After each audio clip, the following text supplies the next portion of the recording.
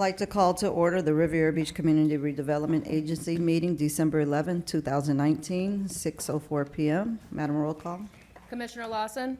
Here. Commissioner Lanier? Here. Commissioner McCoy? Here. Vice Chair Botel? Here. Chair Miller Anderson? Here. Also present, Scott Evans, Interim Executive Director, Michael Haygood, General Counsel, and Tamara Sagan, CRA Clerk. All right, we'll have a moment of silence followed by the Pledge of Allegiance led by Councilwoman Lanier.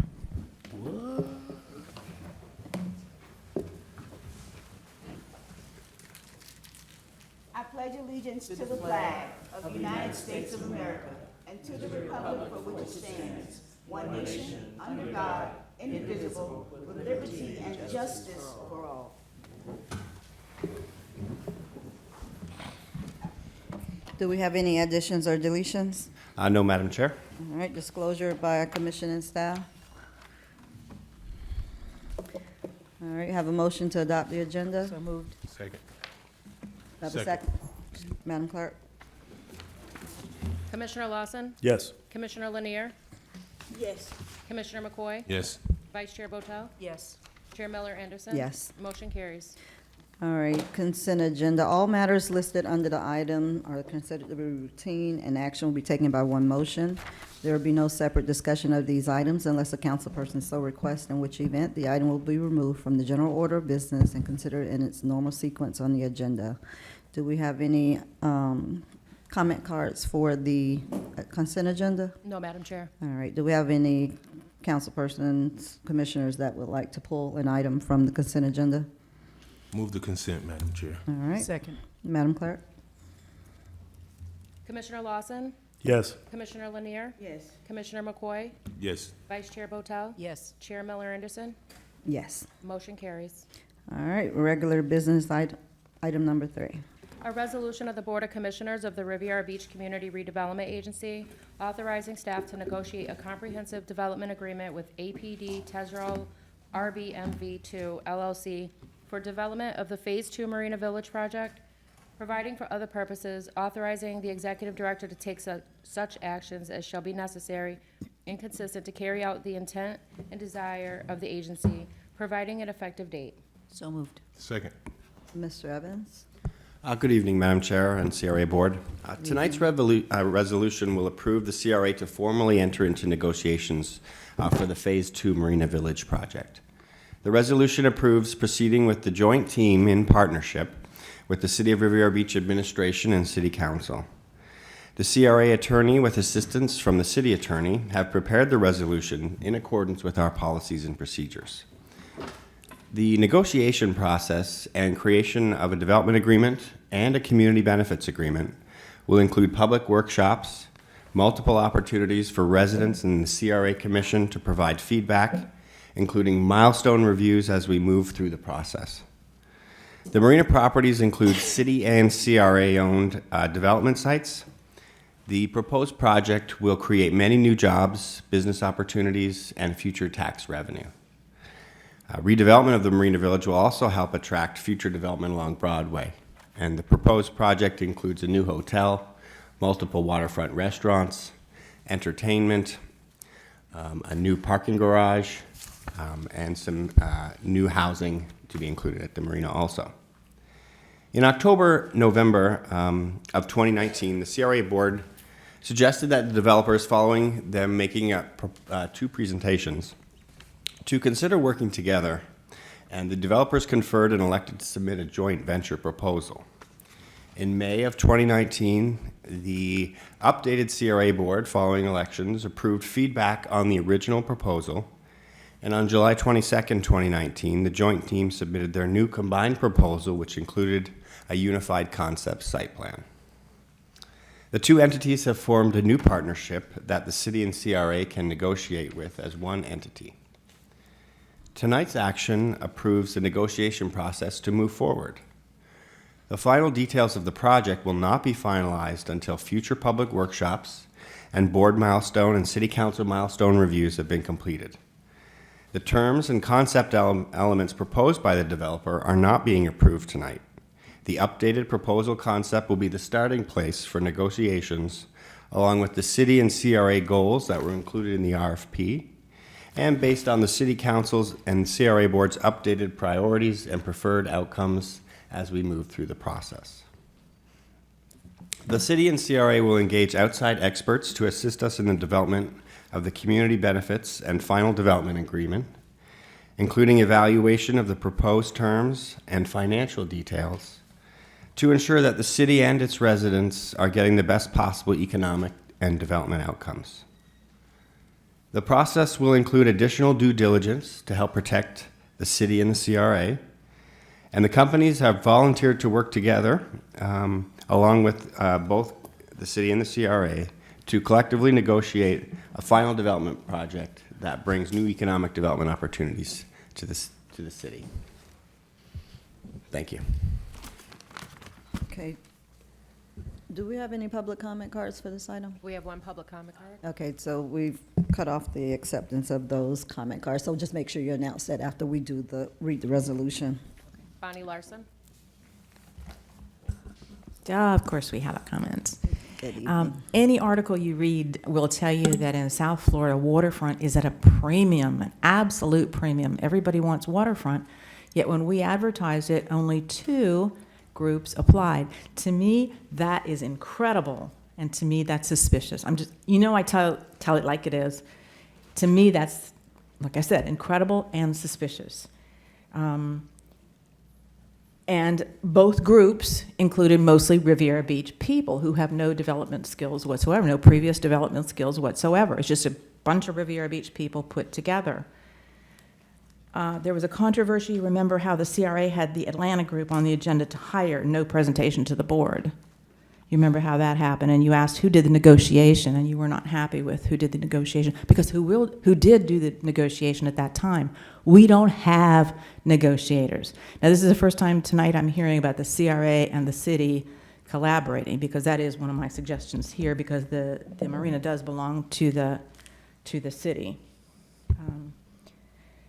When it was suggested that the 2 groups combine, that constitutes a joint venture, but that's not the way the RFP was put out. So again, I don't even know if that's legal to do that. You didn't put it out as a joint venture. Can each of you name the people on these groups? Do you know their backgrounds? Do you know what they're going to be adding to the mix? Do each of you know that? Because you should. The group is now going by a new name. I've never seen that before. First of all, it was Tezrel. Now it's something else. I looked it up on Sunbiz. It wasn't on Sunbiz. Have you read, understood, and agree with the previous council wanted at the marina? In the early days, 2007, when Treasure Coast was here the first time, the city was promoting condos on the marina, and I have objected to that ever since. The citizens were never asked, is it okay with you that private citizens who have enough can live at our marina? They never asked us, the citizens. They just said, this is going to happen. That, to me, is a big deal. Do you agree with that?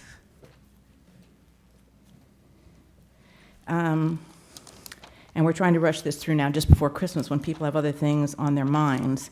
How can you negotiate? Who's going to be on the negotiating team? It should be the CRA and the city, because the city does own it. And also, I'm losing my notes here. A couple years ago, the then council thought the Ocean Mall was a good deal. They were all excited about we were going to make so much money on the Ocean Mall. Those are the 2 financial benefits we have to the city, is the Ocean Mall and the marina. Let's not mess up the marina. You see what happened at the Ocean Mall. You know how much we make on that per year? If you don't, you'll be astounded. Ask the question. You're going to be flabbergasted when you hear about that. So let's make sure we do this right. How are you going to negotiate if later you're going to have workshops and then decide what you want there? How it's in reverse? Thank you. That's the only comment card? Yes, Madam Chair. All right. Do we have any questions or comments from the board? Yes. Ms. Lanier? You said it's a joint venture, but it doesn't appear to be a joint venture here. And I agree with the comment that the resident made, in a sense that if you put an RFP out and you said you had 2 people, 2 separate entities who are competing for a particular project, and then you go afterwards and say, we're going to make these 2 projects merge, that new entity is not a part of the original proposal. That's one of the issues. The second issue is that I still don't know where the financing is coming from. I have not gotten any reports in terms of how the financing will be.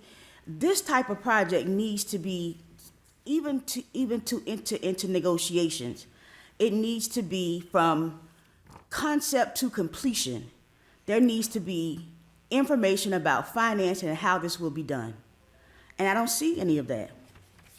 And I understand that we are in the baby step phases of this, but to move forward with a procurement process that I feel was flawed, and how this is going along, it's just too confusing and too convoluted to move forward. That's just some of my questions.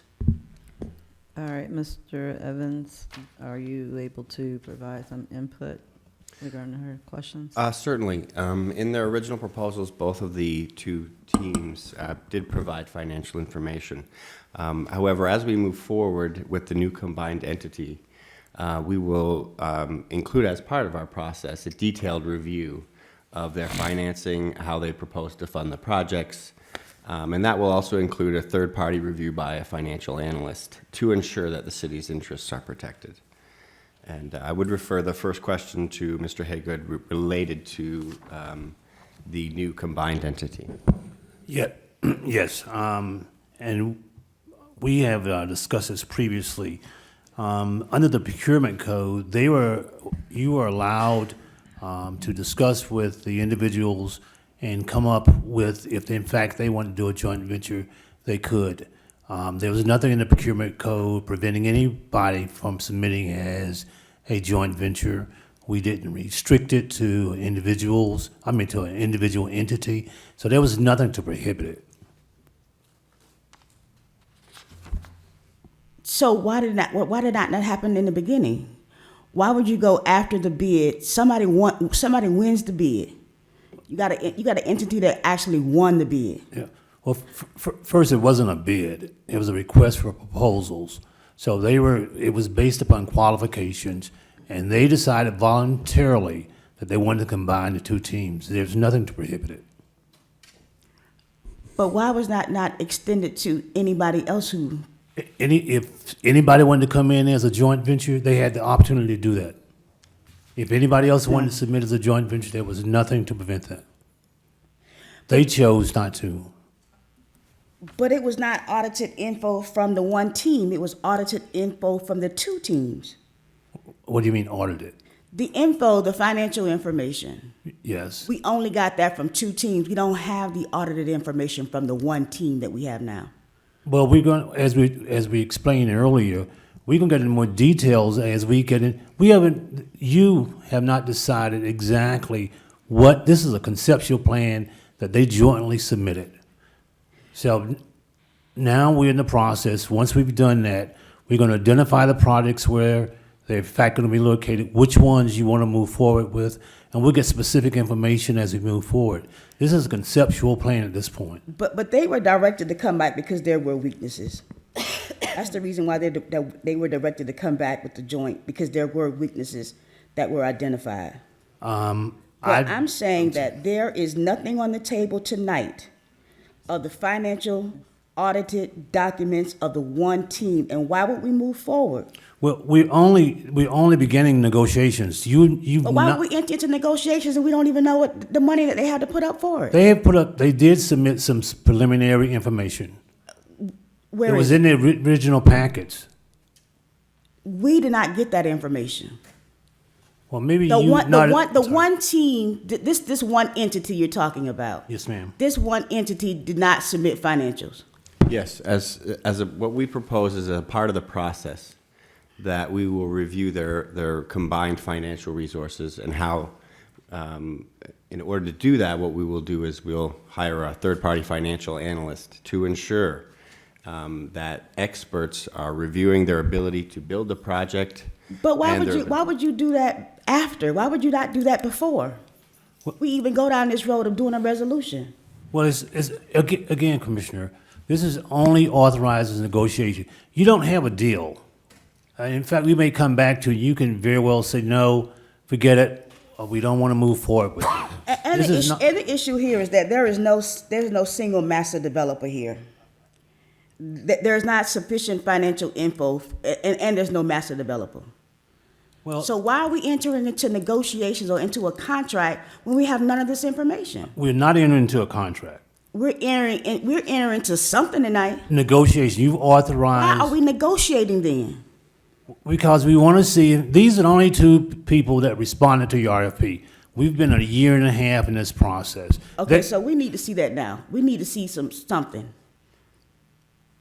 Commissioner, they were submitted when they in fact submitted to the original RFP. They did submit. That was financial- before this board.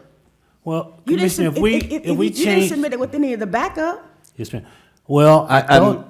If I could interject, I hear the commissioner's comment, and I think that's just your disagreeing with the process that we're following, and that you'd like us to hire third-party analysts and financial consultants to analyze their information before.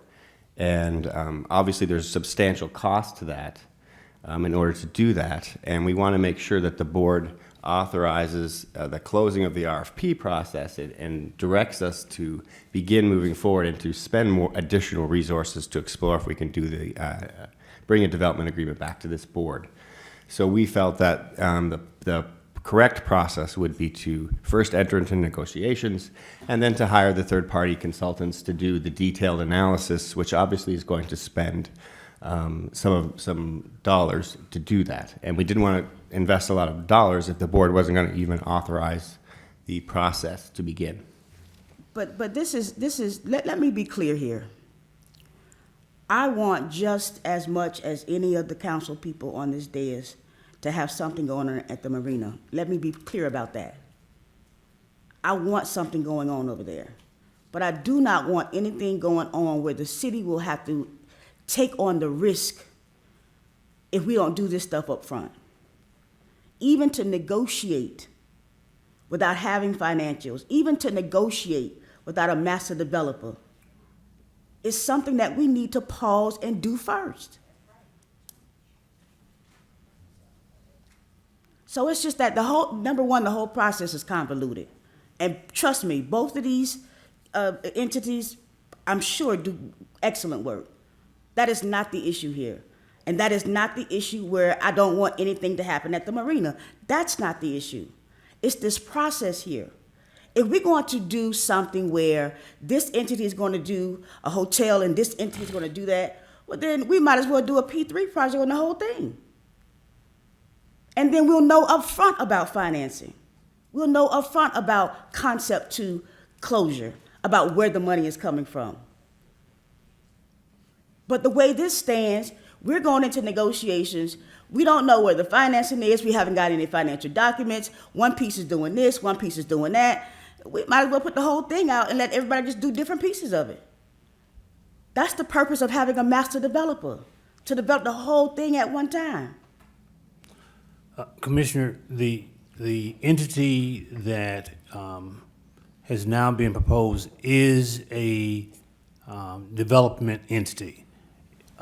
It's a limited liability company, which is an entity. It doesn't have to be a corporation.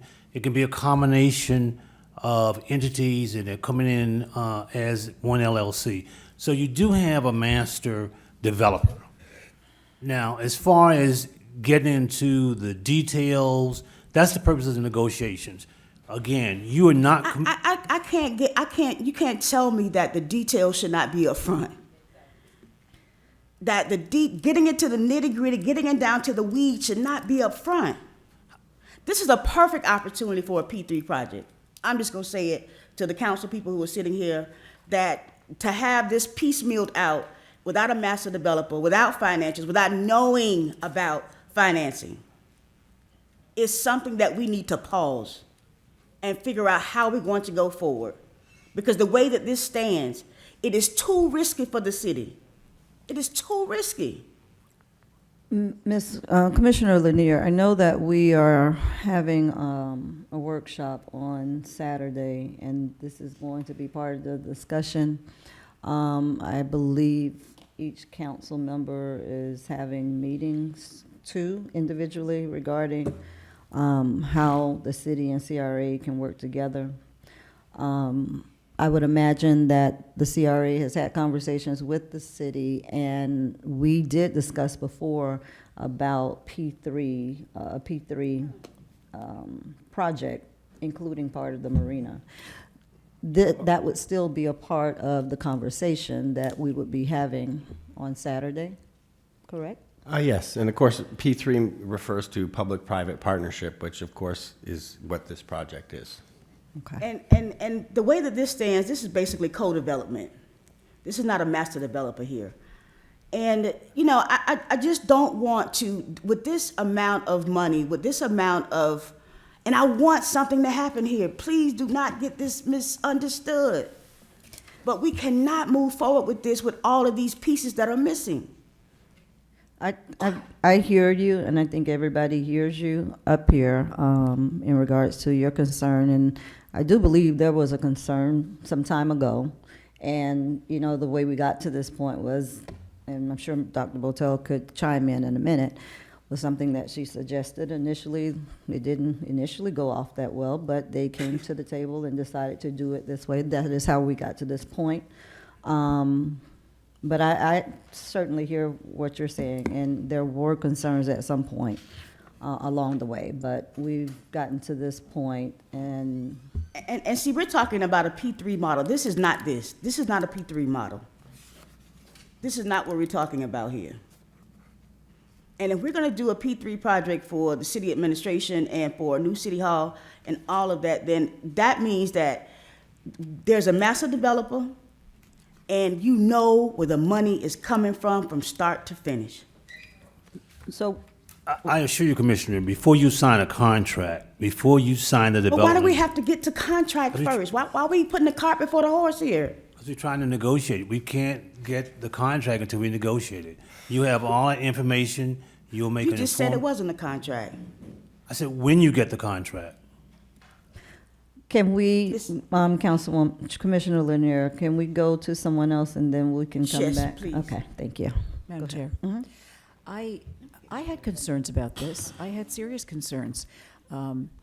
Like my colleague, Commissioner Lanier, I had concerns about the money. I had concerns about the fact that we have two entities that are now one entity. And I feel that my questions have been answered sufficiently by both Messrs. Evans. Going forward, tonight's vote is simply to enable negotiations to begin. And the negotiations, as I understand it, will cover the issue of finances, will cover the issue of who is the master developer, what each entity will be doing.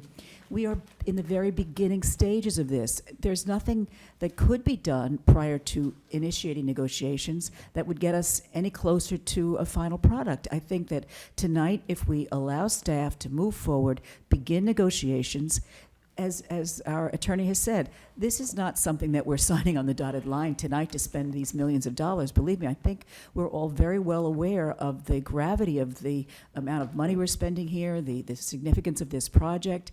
But unless we move forward with negotiations, we'll never learn about what the stability of the financial capacity of these entities or this new entity is. We'll never know what exactly it is they have in mind in terms of which pieces of this they're going to do individually and together. So I am very much in favor of allowing staff to move forward this evening so that they can begin this negotiation process, so that they can begin to uncover the kinds of questions that you, Ms. Lanier, Commissioner Lanier, and all of us do have with regard to finances, with regard to, who's going to do what. I think it's important that we allow staff this opportunity to get into the weeds, as you will, to uncover the things that need to be uncovered.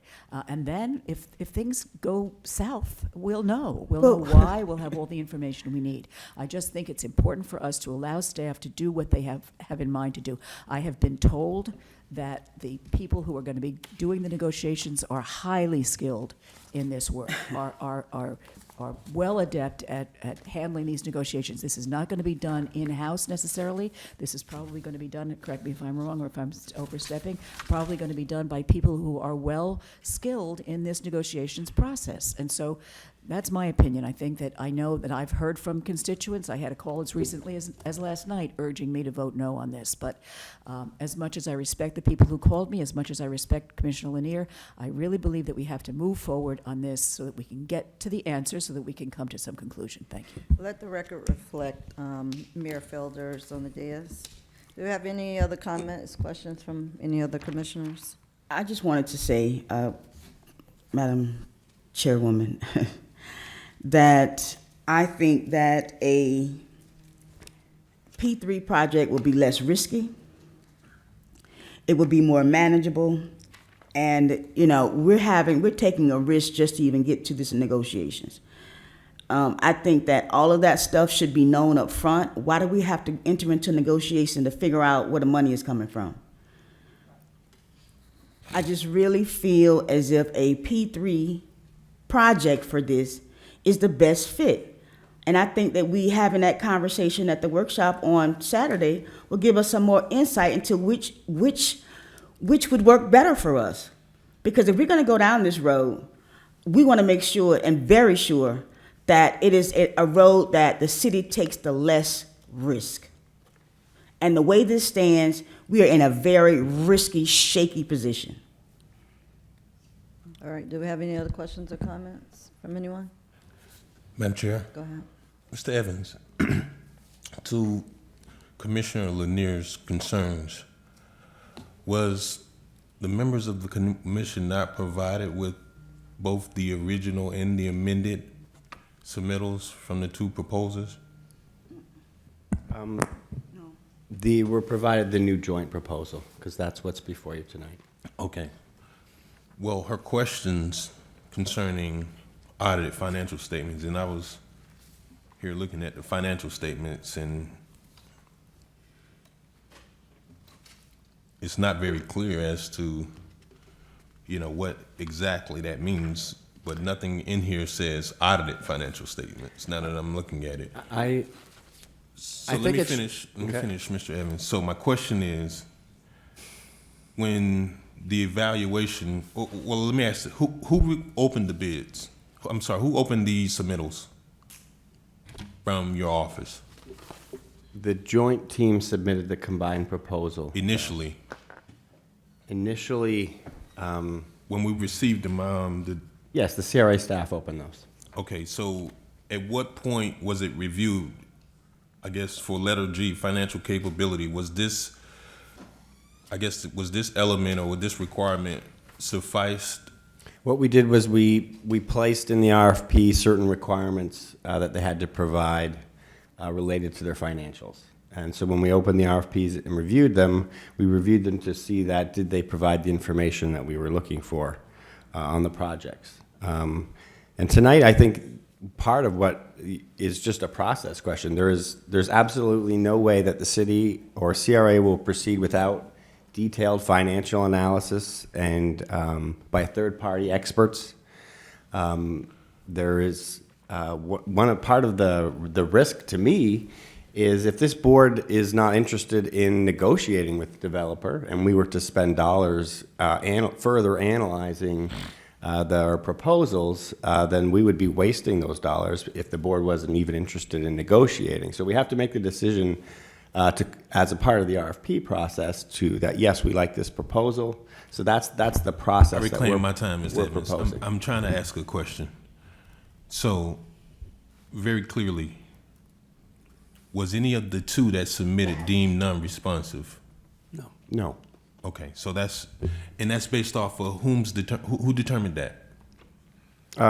We determined that in our review of the RFPs originally. Okay, so specifically to the commissioner's point, financial capability, was that element or criteria met by both firms? Yes, they submitted letters from banks Right. showing their financing and other financial information. Okay, so, Commissioner, I'm not sure, so, and this is why, I know as much as we want development, and when we changed as a board and we came on, I think this was probably before us, but I'm reading here, and it says, a statement and evidence of financial capability, including the ability to fund all project development costs, period. A, in quotation marks, letter of intent from a lender, as to its interest in financing the development prior to negotiations. The CRA considers a reputable lender as an institution which has, in the opinion of the CRA, the financial capability and experience to commit, loan, and monitor the funding of loans necessary to complete the project. The respondent's financial statements with notes and not older than 1 year old and should indicate the resources and necessary working capital to assure financial stability through the completion of the project. Financial capability should also include the bonding capacity of the firm. Mr. Evans, are you saying that these were met when you guys opened the RFPs? What I'm saying is that, oh, I'm sorry. What I'm saying is that we actually have to analyze the But Mr. financial Evans, and the. I'm speaking sorry. from the commissioner's standpoint. She's referencing that a material point was not satisfied in this process. I'm asking you, Okay. was that done when you guys opened the RFPs? So we opened the You deem RFPs, that responsive? and both of the firms submitted financial information. They were deemed responsive. The Yes, they were deemed responsive. The critical thing, I think, is to have a third-party expert analyze those things. And until we do that, we won't have the assurances for the city and the CRA that the financing and the ability to deliver are there, especially under the new. Now we have a joint team. They have a new one entity that's been created, and we. But I'm saying at the time, I Ms. didn't Lanier, mean to hold cut you on. Ms. off. Lanier, hold on. Because the floor is still with Mr. McCoy, so he's responding to that, and then we'll Okay. come back. Go ahead, Mr. Evans, finish what you were saying? Oh, you finished? I was just saying. So everything that I'm hearing tonight is simply of, do we do the third-party financial analysis now or later? And tonight, the action is simply to choose that we will begin negotiating with the joint firm. Yeah, it could be, in fact, that the board that chooses not to approve negotiation with the firm, in which case we would do financial analysis and spend dollars hiring experts to analyze something that the board may not even be interested in doing. Your action tonight does not commit the city or the CRA to any final development agreement. It simply says that we will engage the developer and discuss their proposal. And then as a part of that process, we will do third-party detailed financial analysis. Mr. McCoy? Thank you. Yeah. McCoy? Nothing. Ms. Lanier? I'm just saying that your team, and no disrespect to your team, but you guys are not credentialed to do a financial audit of things that come in, first of all. Second of all, we're still at a position where we're about to enter into negotiations with something that I feel could be better suited for a P3. That's my opinion.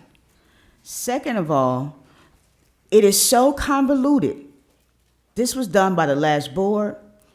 This has been going, and as Councilman Lawson likes to say, we're kicking the can down the road, but we don't have to kick the can if things are done right initially.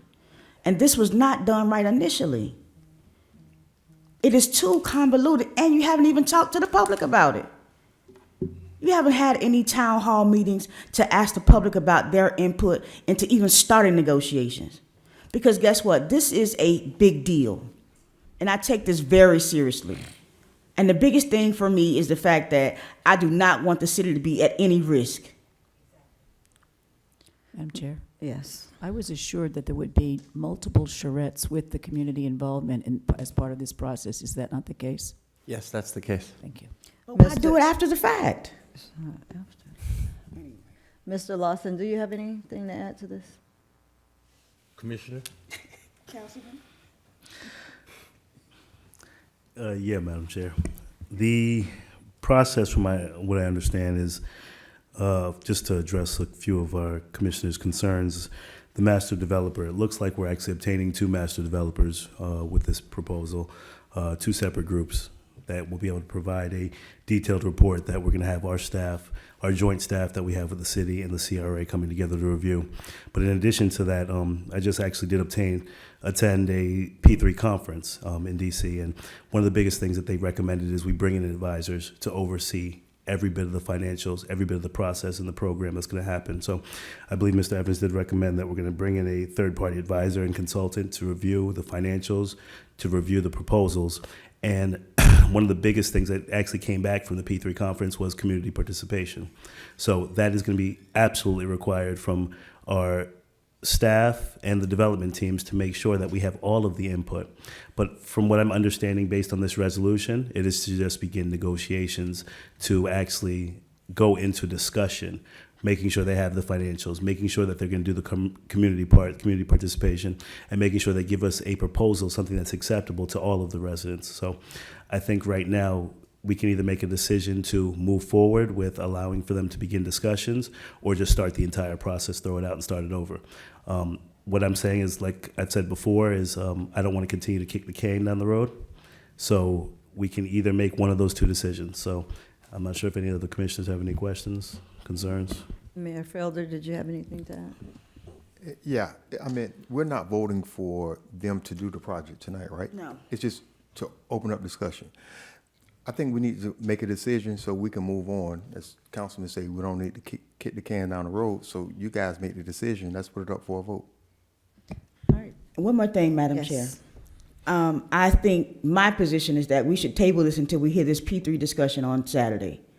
That we would have more information about how to make this decision, because I still think that with this being so piecemealed out, this not being even clear right now about how this is going to go, that looking at a whole P3 project for this particular marina project is something that we could at least look at.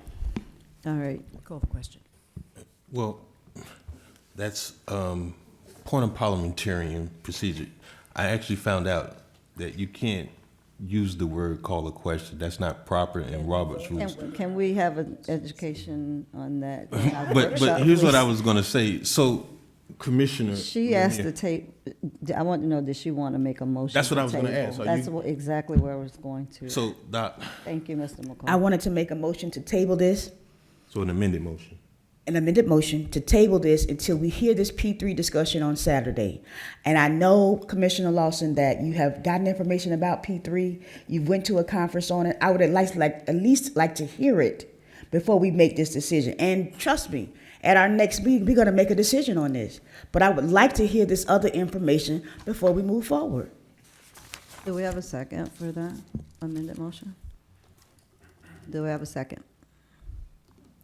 It dies for lack of a second. All right, we're back to our original motion, and we're ready to call the question? We can't say call the question. We're ready to vote. Well, the chair can, but my Thank you. question is, I wanted to first, I guess I was trying to go in defense of Commissioner Lanier. Mm-hmm. I think it's only fair. I mean, as board members, if someone has some uncomfort Of course. about not getting the information, or that there is some confusion about it, then certainly, I know I reached out to Mr. Scott Evans and requested a copy of both of the original submittals so that I can kind of page through and see what those were. But, you know, if she hasn't received it, you know, I would hope that we can probably get that to her at some point, you know, provided how this goes.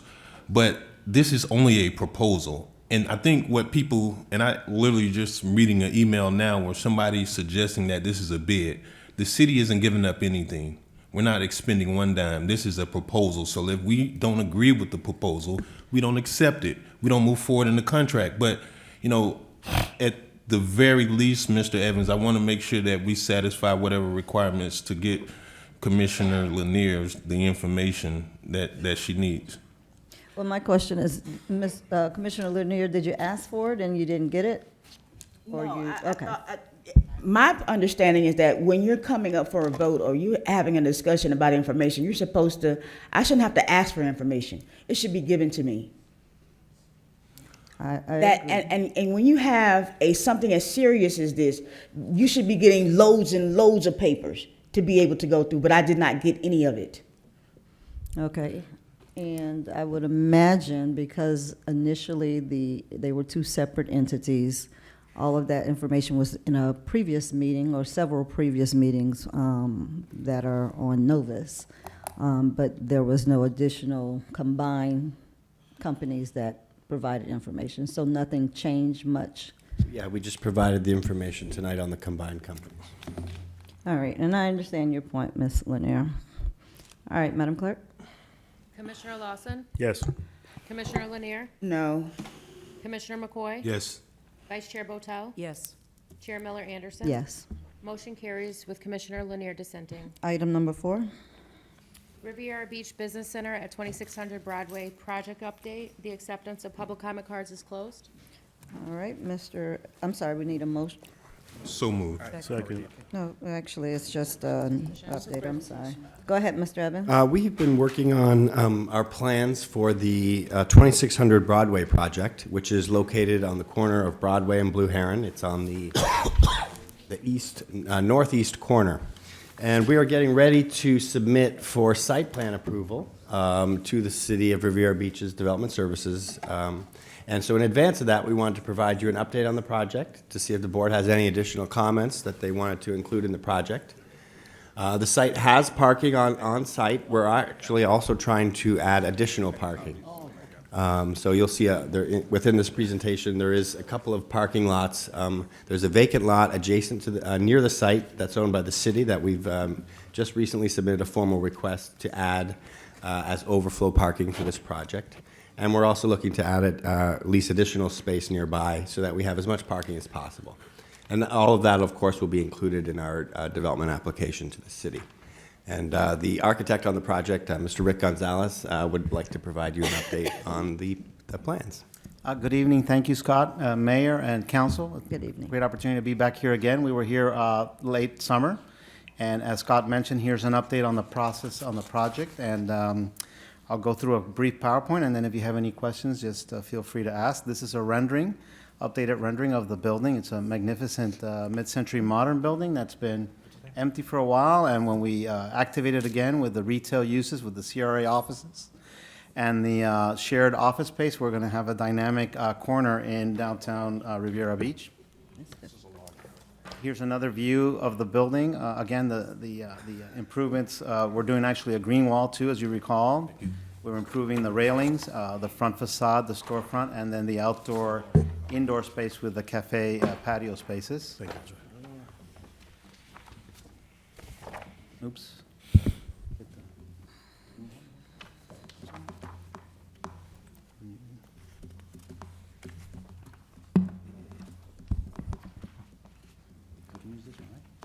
Yeah, it should be. Okay, and we know where the project's located, no? Is this one work? Yeah. This one? Okay. Okay, show me where the, It looks like you'll have to go up there to the arrow at the, in the middle, up at the top. To the left. Now you gotta close that dialogue box. It's a PDF, it's not a PowerPoint, is it? It's not a PDF. Yes, a PDF, I believe. See the arrow go next to the 2 and the 15 on the top, Yes. right there? That, no, not that arrow. Move over to the left of the 2. okay. Okay. Okay, thank you. Thank you so much. But you can't. You're the How can we- architect? Said it again. Is this the architect? Oh, okay. It's disappeared again. Andre, can you open up and close the file and then reopen it up? Madam Chair? Yes. While we're waiting, I have one question, or maybe a couple of questions. I've been contacted by some members of the community who really love that old concrete decorative feature in the beginning, in the front of the building. I see that it has to go away to accommodate the glass, the window in front of the restaurant section. Is there any way that concrete element can be repurposed? Most of it is being repurposed. Oh, okay, good. Okay, let's see if this works now. Oh, is that what's on this over here? Yes, Ah, yes. Okay. thank you, I didn't Oh, you're the- recognize it. Oh, here we go. You're the I think- educator, right? My eyes aren't as good as your young people, you young people. Yes, that is right, over here, all of those elements. Again, this style of architecture has become, I do a lot of historic preservation work, and it's become very popular now. It's from the mid-'60s. And the few cities that have this kind of work, and for example, down in Miami, Miami Beach, you'll see a lot of this, and it's making a big revitalization effort now, and Riviera Beach is lucky to have one at this location. Which is this great location right in the middle of downtown on Blue Heron and US 1. Here's the overall site plan. That corner piece is a good corner piece.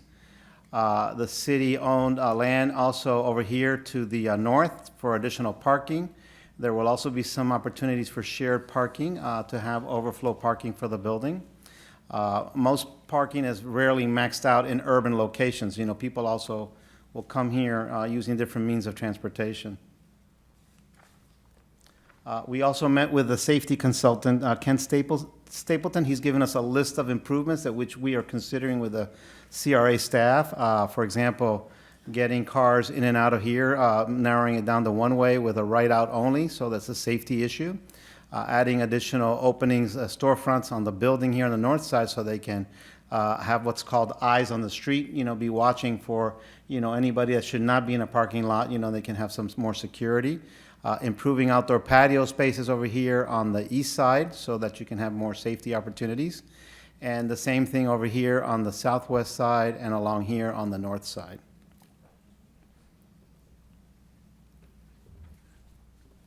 This is the landscape plan. We're working with Gentile and Associates to do the landscaping, and it's showing some decorative smaller trees. It's an urban site along the sidewalks, and then the parking lots are improved with larger landscape elements. So, can I ask a question? If you can go back. Yes. Thank you, Madam Pro Tem. This page? Yes, so it appears that the ingress is being removed from Blue Heron Boulevard, and it's going to connect to the adjoining plaza. Is that what I'm saying? We'll have, ingress will be off of Blue Heron over here, and also over here off of 27th Street. So exit only will be over at this location. Okay, but we're actually on, I guess that would be the east portion of I'm this. sorry, it's over here. We're going to have a shared entrance over here from the shopping center next to us. So what that does, it cleans up your site conditions, so you don't have so many curb cuts along the street. Another trend in good planning is to have shared access to sites. So we're going to use this shared access, then you'll be able to come in over here and then use the site. You'll be able to drive around, park. Doesn't that require an agreement with that site? Yeah, I'll leave that in Scott's hands. I think, Andrew, is that something that you're working on? Yes, they're working with the neighboring property to do that. And right where that number 6 is, or I guess on your landscape plan, which is next, I'm trying to find out, is that going to be? There, up here? Yep. Okay. And so there's that curb cut, that new condition there. I have a question regarding, can you go back to the other one? So will the people no longer be able to exit from the plaza through there? Because it seems like they'll be crossing in front of each other if some Yes, are trying to go this out, is- and that's the only way for them to come in on that side. They can come in and out this way No, I'm talking about people that are at the plaza. at the plaza itself. Yeah, They if will they're also, leaving out. yes, so they will be able either to go straight out that way. And you have traffic trying to come in while they're trying to go out, and that's the only way they can enter from Blue No, Heron. they can do that. The shared opportunity works for both properties, for our property and for their property. So they can either go out this way, make a right-hand turn to Blue Heron, or they can cut through here, make a right-hand turn on Broadway, or they can cut through here and make a right or left on 27th. I know, but what I'm saying is, if somebody's sitting there, which the traffic backs up all the time, and This looks- it's very difficult coming out of those plazas on the north side of Blue Heron already, because the traffic backs up. And so when you're leaving out of that plaza, you have to sit there and wait, which I'm thinking is going to block that entrance until, at least till they can get out. Okay? And so when someone, if it's trying to come in, they can't probably get in because the cars are sitting there waiting to go onto Blue Heron to go west. Okay, correct. So this is a suggestion. This list is a suggestion for selecting these items and considerations from your security consultant. So this was one of his recommendations to do this, to do the shared entrance over here and eliminate this. If you eliminate this and go back to that road, you're going to lose some parking, but you could keep it the way it is, and that wouldn't be a problem. Madam Chair? Yes. That plaza, I believe, has about 9 tenants there, and there's 3 entrances into that plaza. So I think this plan that they have in place would actually suffice because they have 2 additional exits for that plaza. The only ones that this would affect current tenants would be The hair salon. the hair salon and the, I believe it's a bait shop Bait, or, yeah. yeah, it's like a fishing tackle shop. So I think this actually may suffice because it's not going to affect as many residents or as many tenants that would be over in that location if we allowed for some of our residents to leave from this building going onto the main road, especially if we have 3 exits from the building. And Madam Chair, we also try and encourage pedestrian activity in this location so that people can park in one of these parking lots, whether here or in the shopping center or across the street, and then be able to walk to any of these shops, including the cafe that we want to have in our building, make it more friendly with the shopping to the east of the building. I'll keep going, or is there another question? Yes. Go ahead. Go ahead. Okay, the landscaping. Let's see, so here are the 3 tenants. Again, some of the safety proposals for consideration. Adding the public art, to engage this corner, which is a requirement. Considering reducing the canopy side over here. Maximizing glass is a little bit difficult on side 3, other than in the middle, we can do that. On the edges, it's a little difficult because of the structural components, but we can do it along the middle. Tenant number 2, for example, there's a lot of space here that may be usable for tenant number 2, so we don't have such a large lobby, so that people that only come into the lobby are going straight upstairs in the elevators to the office space upstairs, and you don't have any loitering or anybody sitting around in this larger lobby. That also would impact the entrance of the building over here, entrance number 5. One thought, this one's a little bit expensive, but we were trying to reuse the existing location of the existing bathrooms.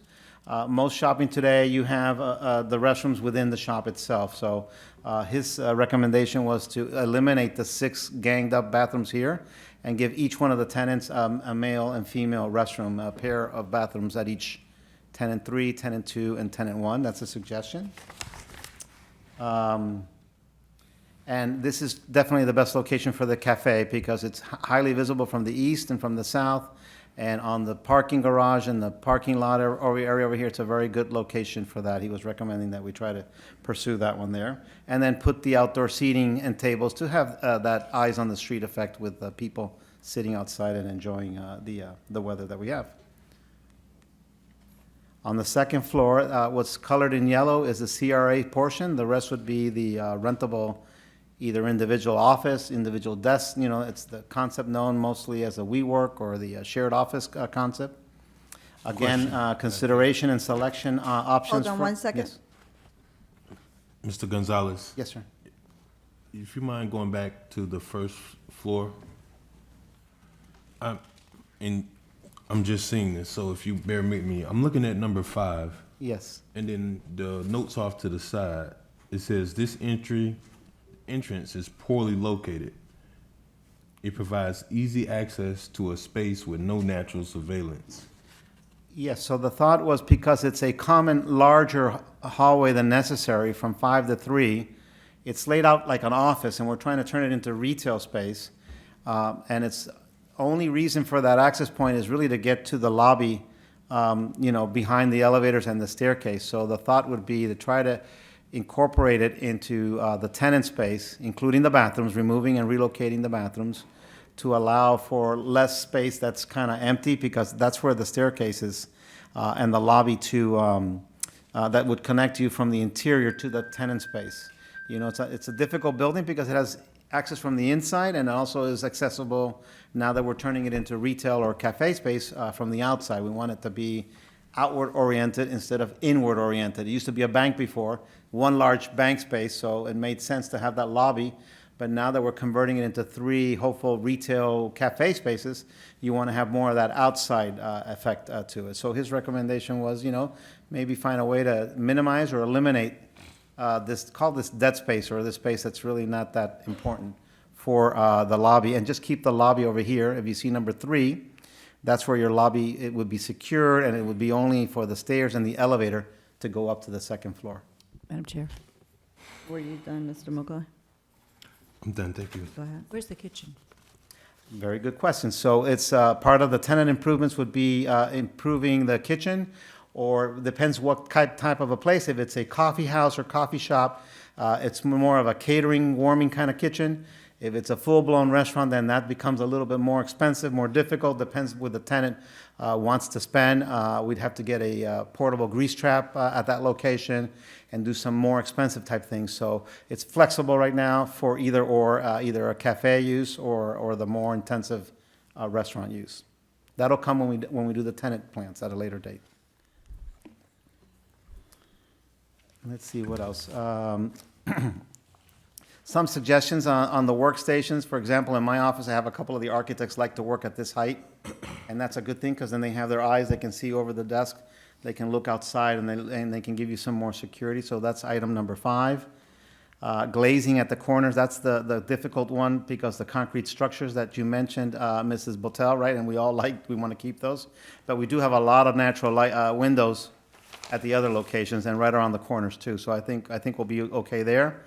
Number 7 is a very good one, a secured fob system or security system, so someone can't just come up the back staircase, so that's a good suggestion there from him. Again, this is what it looks like today in 2019. It's been like that for a while. The upper rendering shows you the really nice building with all of its design features, the added green wall for 2021. I have a schedule here in a moment. These are the elevations. The other elevations, east and north. These are some examples of workspace. Venture X is just one of the models in the marketplace. They might come in, they might not come in, but they're an example. And these are other workspace examples from other companies. And then I've got the side rendering from Broadway as you're driving south. And then the final slide over here is the schedule. The proposed schedule would be, again, as Mr. Evans presented, we're here to show you prior to the application in January, submittal for the site plan January, February, and then start the construction documents and design development in May, with the intent of getting a permit in the fall, early fall, start construction a year from today, more or less, and be ready for occupancy late summer of 2021. Match it. Go ahead, ma'am. Just so you don't mock me again for my bad vision, the large, what looks here to be just plain brickwork, you're saying is going to replicate the concrete design from the front. Okay, and let me see if I can point to it on this rendering here for you. Okay, so maybe you can tell me where is your concern over here? What used to be there, the Yep. concrete work that was so interesting, are you saying? It's hard to see on that rendering. If you have a color copy of it, look at page 13. I can see it on my screen over here, but for the light, I guess, it's kind of very light ghosted in there, but it's going to stay there. It's going to be clean, it's going to be sealed and prepped because it's a very intricate design. See, to me, that looks just like brick. I mean, the brickwork, I'm not talking about the brickwork that is on the building now. I took a very good look at the building the other day with some folks from Singer Island. The brickwork that's there, that's salmon-colored, if you will. It's down here, all of this. Okay, now. It's hard to see now I yeah, understand. okay, Now you I see? So it wasn't that big stuff on the back. No, that's the other element. That's the other, there's actually Good, three fine. big design elements from a I see historical it point. now. Now I This is a see very it. strong one, right? See the light. Right, Thank the you. ground. This is another element over here. And then the last two are the brick, Yes. which is what I was maybe confusing you Which is with. not in bad shape. No, that it's in brick good shape. At all. It looks in good shape. So I see. So you're going to repurpose that interesting concrete down at the bottom. Now I see it. Thank you very much. Pressure clean, seal them, and they'll be like new.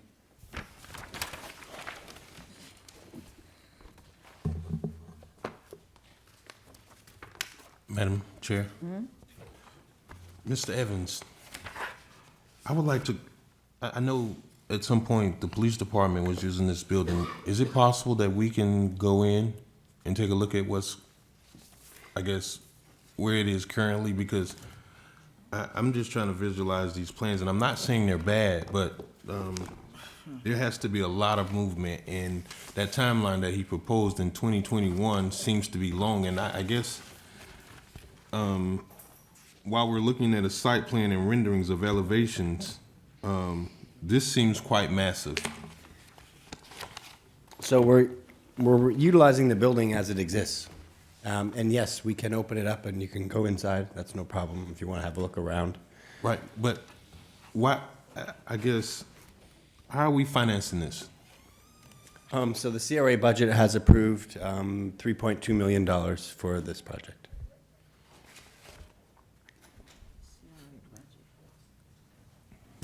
Yeah, I would like to see it. And are you the planner / executive director that Mr. Gonzalez deals with in the CRA relative to the? Andre Lewis is the project manager for this project. Okay. Yeah, I would want to schedule some time at some point to see, because yeah, And this set up a is- tour. If I may, Council Member McCoy, the building was a bank building for many years when it was designed in the mid-century style in the 60s. So the first floor was like your typical bank lobby, bank area, and then the second floor was all offices, just one big office space. The design intent is to make this building like an anchor, like an activator, to anchor and help continue the redevelopment efforts of your downtown, right? Create a place of interest where lots of people can come and, for example, people starting a business or already having a business in Riviera Beach, they want to maybe start out with a couple of desks, or they're far enough along, they want to rent a couple of offices, they can do that for a couple of months, for a year, as an activator, right? It's an activation center.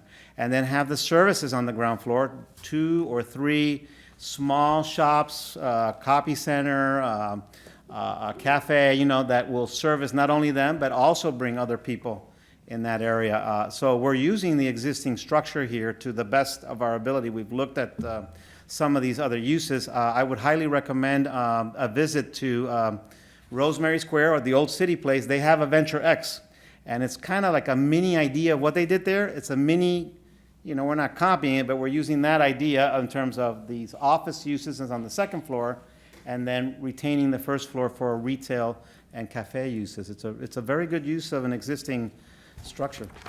Madam Chair. There- Are you Excuse done, me. Mr. McCoy? Pardon me, Madam Pro Tem. Do you mind? Yeah, thank you. Mr. Evans did take me on that tour.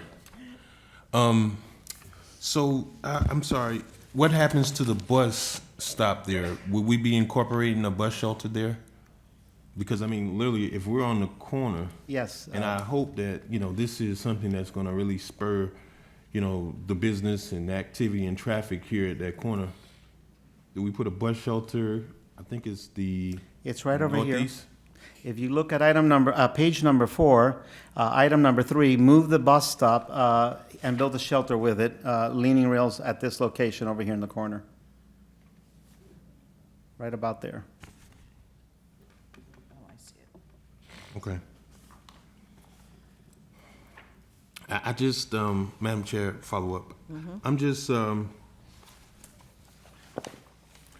appreciate the work that's being done on it. I just want to be a little more, I guess, offline updated as to where we're going with this, because the timeline, and I guess I would probably have a better understanding if I go into the building to see exactly, you know, what has to happen. But, you know, the timeline seems a little more than I would think, unless there's something I don't know about that. Because I, believe it or not, never been on the second floor of that building.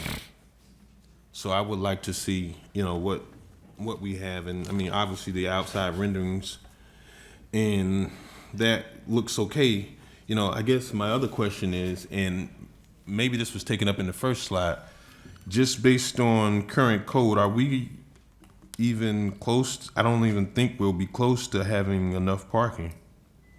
This is a non-conforming structure, so that helps us. And we're also requesting to purchase overflow parking, a vacant lot from the city, as well as we're looking to long-term lease some parking that's right directly adjacent to this building. But doesn't legal non-conforming only apply when you do minimal changes? This is a whole changing We're not use? changing the structure of the building. We're simply doing an interior renovation and changing the facade of the building for the most part. we're not making. So, Mr. Evans, I appreciate what you're saying, and I actually met with the manager shortly after I met with you on Tuesday. We need to kind of bring it in for landing because we're talking about this.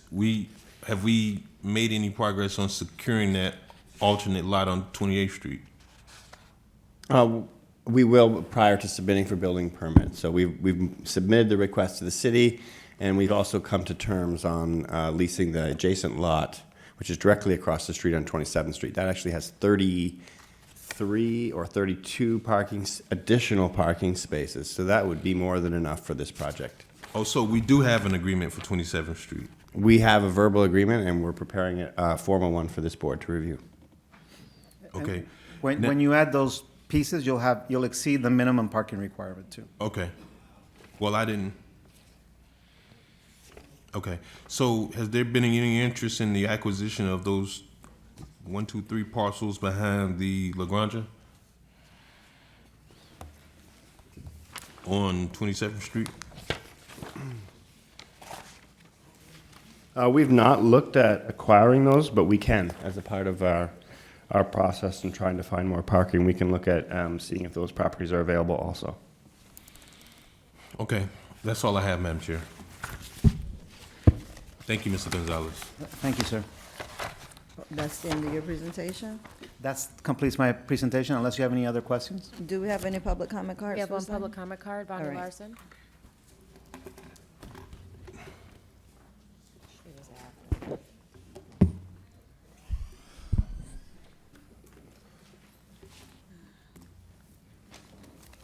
Bonnie Larson, when we first talked about purchasing this building, we paid more than the asking price. So now Mr. Scott Evans just said it was $3.2 million for the project. That's what we paid to buy it, but what is the cost to fix it up? And Mr. McCoy, if you remember, several months ago, I suggested that all of you go look at the inside of the building, because it's quite different than what it was when it was first constructed. It's been sitting there for years and years. I know it's got mold, I know it's got asbestos. You really need to see it. I've seen photographs of it. Stuff is pulled out of the walls, the electric's all gonna have to be done. Asbestos, mold, electric. And one of my major questions is, when we purchased this first, we were talking about pulling in some of the city and CRA offices that we outsource, that we rent in other parts of the city. Therefore, the idea would be to save money on those lots. When was it voted on not to do that, but to rent out the space instead? I thought we were going to have a conglomeration of all the city businesses, all the city entities that were renting out, that were renting from now, so that we wouldn't have to pay those rents. I thought that was the idea. So when was it voted on that that idea was not going to fly, and instead you're going to vote it out to individuals? Cafe on the bottom, I can't see it. You're right on the busiest intersection there. Got fumes from all those cars and 18-wheelers. Would you want to sit right there on that busy corner and eat a sandwich or soup or something? I wouldn't. Also, I'd be worried about drive-bys on that corner right there. If you're sitting outside, you're kind of a sitting duck. So, well, you are. I'm just being upfront here. So what is the cost for renovating? What is the cost for getting rid of that asbestos, all them? Oh, that's all going to take time. So, Mr. McCoy, to your point, yeah, that wasn't a realistic timeline, because all that's going to have to be done. But go see it. Go see the inside of it yourself. I've seen photographs of it. It's a mess. What is that going to cost to fix all that? I don't. Also, when you're, the shopping center right next to that is, he blocked it off because he didn't want all those cars coming through there. If you're shopping at any one of those stores there, you really have to go down to the last end. You said there were 3 entrances. You have to go down to the entrance, the farthest east, and then you still have trouble getting out onto Blue Heron. So it's not as easy as it looks. And to drive around and then come out onto Blue Heron, forget that. It's always backed up there on Blue Heron. Where's this additional parking you're talking about? I heard that the city owns the lot behind Lagrange, the one with all the weeds on it. I heard the city owns that. And also, where is the spot on 28th Street you're talking about, and where's the spot on 27th that you're talking about? Gentile and landscaping, we always hire Gentile. There's no one else in the city. And if you can answer those questions, that'd be wonderful. But my main question is, when did we decide not to pull in our city offices and use that space for us instead of renting it out at no cost? Thank you. Thank you. That's the last card. All right, Madam Chair, yes. a quick question, Mr. Evans, do we have any estimated rehab costs for the interior of the building? Yes, we have estimates that range between $2 to $3.2 million, which is why we have that budget assigned to this project. But we won't have actual construction costs till we complete the construction plans and put them out for bid. But we do have estimates, yes. Okay, and you said it was between 2 and 2.3? It was between 2 and 3.2. 3.2. And we budgeted 3.2. 3.9 or 3.2 total? Okay. That's it? Mr. Lawson? Follow up, Madam Chair. And once we approve conceptual design and moving forward, when will we be going forward with RFP for construction? I believe the schedule for that showed that would be happening in the summer. 2020? Yes.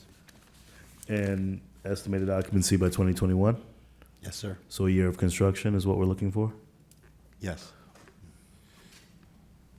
I think that was the Commissioner McCoy's concern because it seems lengthy, and I've been in the building. I was actually in the building within the last 2 years, and it's going to need a lot of work. But a year of construction seems like it's going to be a lengthy process to go in and gut this unit out. So, if we can maybe take a look at that and analyze if that's a true timeline. Yes, they're just estimates at this point. Until we have hire a contractor and have the detailed construction plans approved by the board, we won't be able to define it. But we can look at trying to speed it up. But it actually says start of construction yes. December 2020 and Yep. project completion summer 21. We Okay, expect so 7 not summer to 9 months. 2020. No, in the summer, Well, that's when summer. we have to go out for RFP, we have to select the contractor, and then It's we on have page to 15. negotiate the price. So that whole process will start in the summer.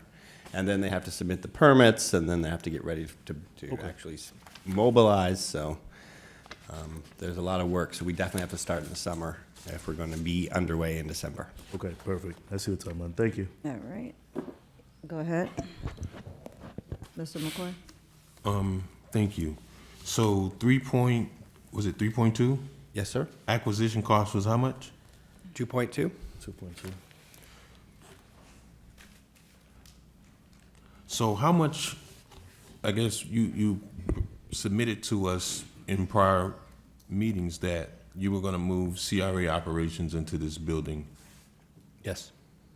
If you were to guess currently, how much of that square footage would you need for your current administrative operations? And will the clean and safe operations go there as well? Yes, we're proposing to put clean and safe in this building also. How much square footage? We're going to try to put them on the ground floor in much less space than they currently occupy.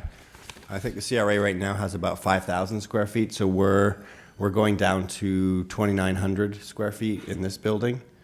And then the clean and safe office currently includes a police substation and some public space, but it's about 5,000 square feet currently also, I believe.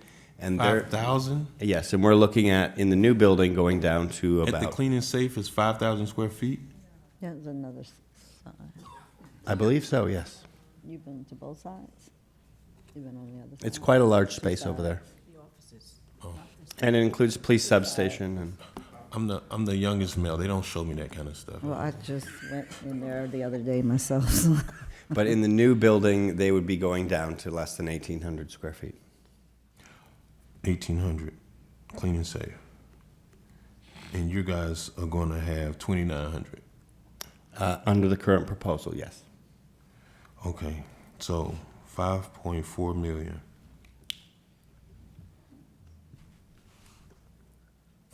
Prospectively, in a pro forma, like, have we did any economic or market analysis? Because I'm telling you, this So right here, this is a, Let me say what I'm going to say. Sure. I just want to know what point is our break-even point, because this is going to be very expensive, and I want to know First of all, it's a long time before we get there, and then have we determined market rent and all of those different elements? Because, go ahead. That's my first question. This project is critical to the redevelopment of Broadway. The former proposals for this site was a fast food restaurant or a gas station. That kind of redevelopment can really damage a city. So as a part of us trying to change the overall vision of Broadway and try to protect an existing building that's actually designed and built much more closer to our current regulations than all of the other development on Broadway, which is interesting. So acquisition and redevelopment of this building is to create a city business center and to protect the degradation that's been occurring within the Broadway corridor. And our primary mission is to improve property values. And by making this property go, instead of preventing it from becoming a gas station or a fast food drive-through restaurant, we'll be protecting the core. This is the busiest intersection in the city. We'll be protecting this core ideal location. We'll be redeveloping it with a use that includes co-working spaces, which are very popular and being very successfully implemented in other cities all over the country. And it'll create a business hub for the city. This redevelopment will also then help us to redevelop the other properties along the corridor. So there's a tremendous amount of economic benefit to preventing this site from becoming a gas station. And I certainly agree with the CRA's concept in doing community development and not necessarily turning a profit, but this is a large capital expenditure, and I want to make sure that there is some reasonable expectations that we're not just pouring money into a hole of building it because it's nice. I mean, I would hope to have, not me as a commissioner, not me as an individual, but I would hope that the community and the city has a return on its investment of $5.5 million almost.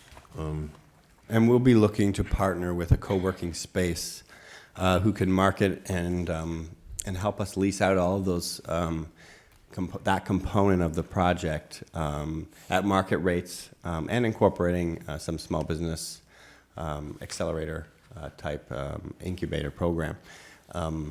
So that will be that will add revenue to this project, because as you can see from the screen above, the portion that's for the CRA offices is much smaller than the co-working spaces. And we also will save money from our current arrangement where we have bathrooms and conference spaces which are used exclusively by the CRA. Now all of those components will be shared, and it'll be shared with the revenue source of the co-working space. But we do realize we need to create revenue, and we will be looking to rent out the cafe space on the bottom floor also at market rates. Was this the first plan is this the first site plan or This is the first floor plan that we've created, yes. Okay. I'm looking at that east portion of that property for the first floor, and the ingress and egress that we shut off. I was just thinking I would, potentially a drive-through that I wouldn't mind having is a Starbucks, because I don't know what it is about Starbucks, but people really love Starbucks, right? No. And that just brings in a lot of traffic, and I think it would certainly complement. That's why I was wondering about that east portion and the ingress and egress.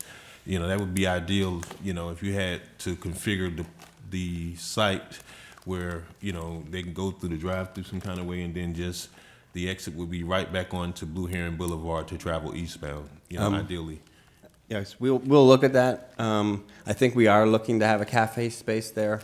Incorporating a drive-through onto this site as it currently exists, I don't think is possible with city codes, because they're very specific with backup space and turnaround. But we'll certainly look at if it's possible. But I've seen a few plans, like for the drive-through fast food restaurants that they proposed, and they actually had to end up using half of the site just for those access roads that line you up from the ordering station to the pickup. But we'll certainly look at it. Last comment, Mr. Evans, I would just implore you to look at ICSC because I know we spoke about it, and the International Council of Shopping Centers is where a lot of businesses and developers meet. And I don't want to, and nothing to mom and pops, and I certainly understand the concept of Venture X. I think that's a great idea. But I want to be able to turn some sort of return of our investment, when it comes to leasing those spaces that front Broadway, someone that's going to come in and add some real value, some name brand, household names. And, it's a tough market, especially because there's less brick and mortar, so we really have to do, we have to do a good effort in trying to market or with the realtor and figure out how, we get some viable businesses here that supports, that quarter and the overall Broadway community. Thank you, Madam Chair. Sure. Anyone else? Madam Chair, Yes. This is a lot of money. This is a lot of money for $2 million to buy it, another $3 million to fix it up. So, I thought the CRA was supposed to be about the business of those two strip malls on the side. They need a facelift. I thought the money's supposed to be going into fixing up existing businesses and the blight in the area to fix up that area.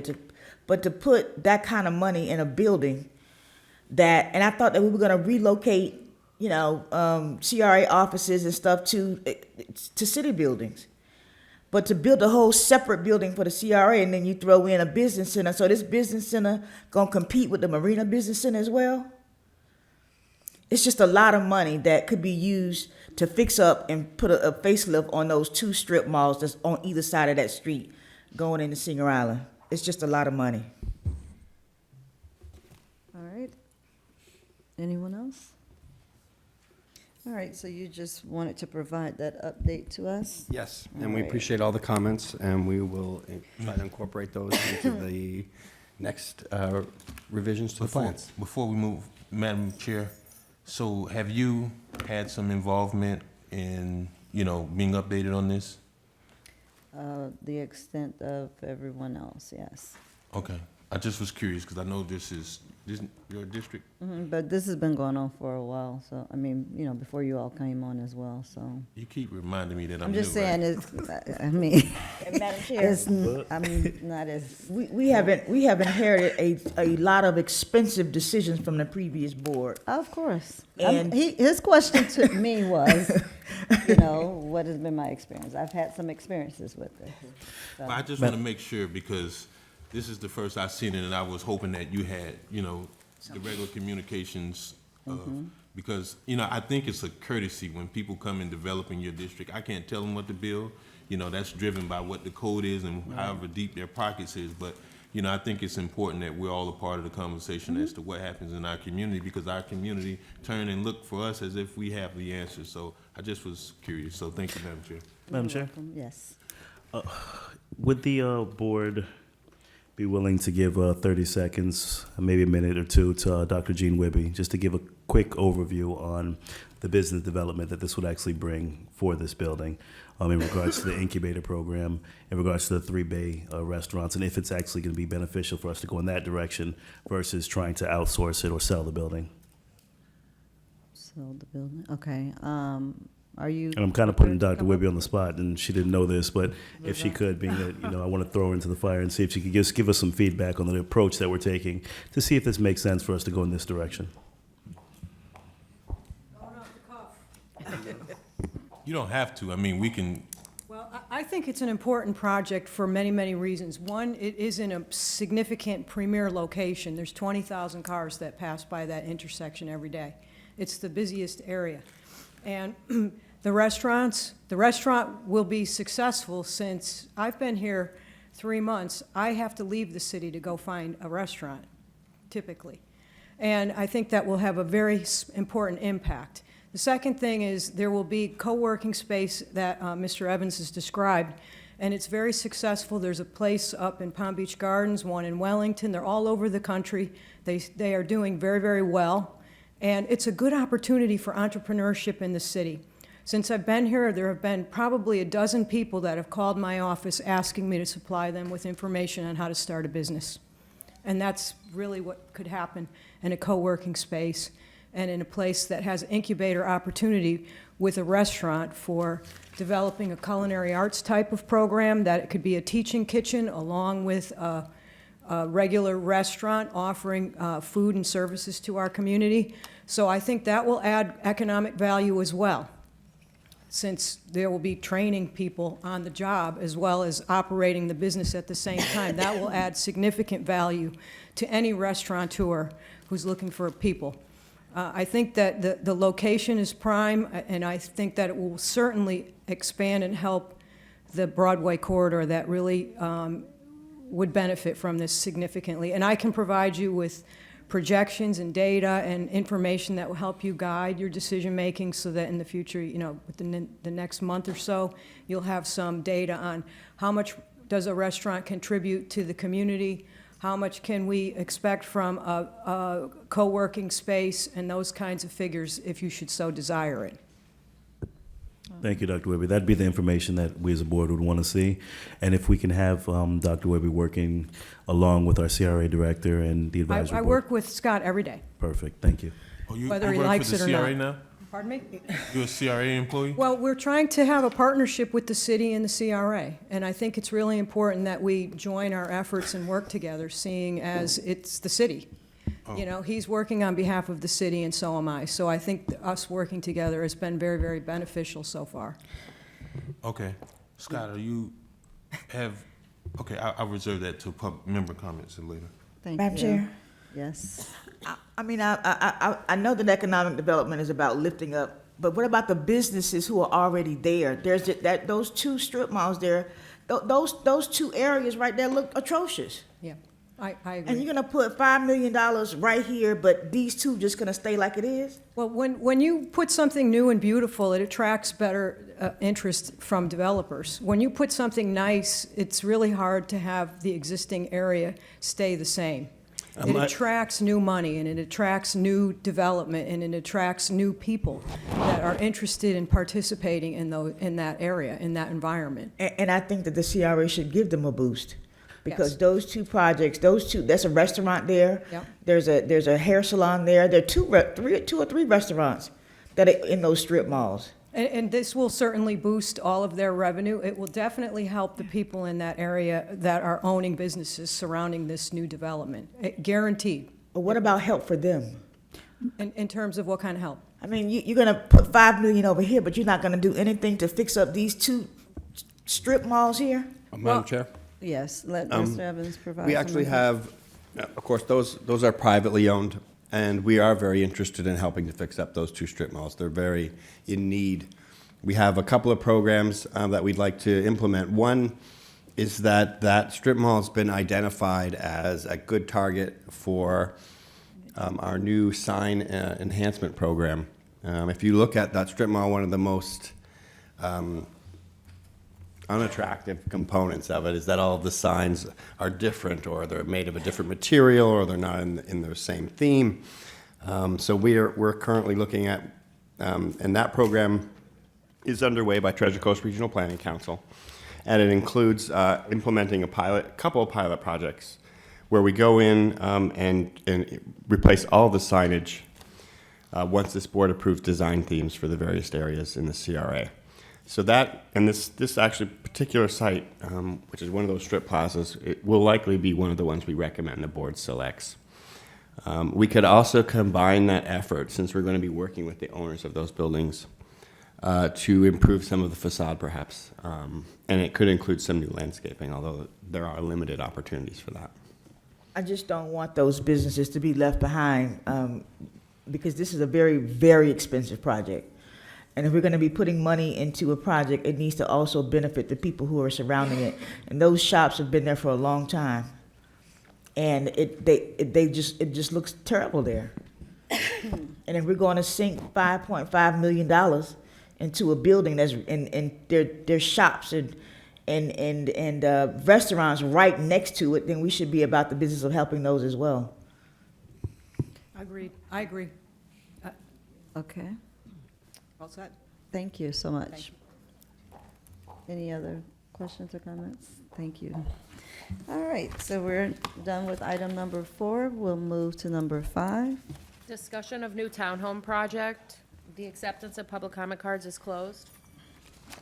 All right, Mr. Evans. We want to present this concept to the board. We would like to begin developing some plans and designs to locate a new townhouse project. And Anita Jenkins, if you're just wondering, it's on the corner of 11th Street and Avenue E and extends all the way across to Wright Street. And it includes CRA, it's owned by the city. Property owned by the CRA, property owned by the CDC, and then hopefully with one small lot in the middle that we'd like to receive from Viking.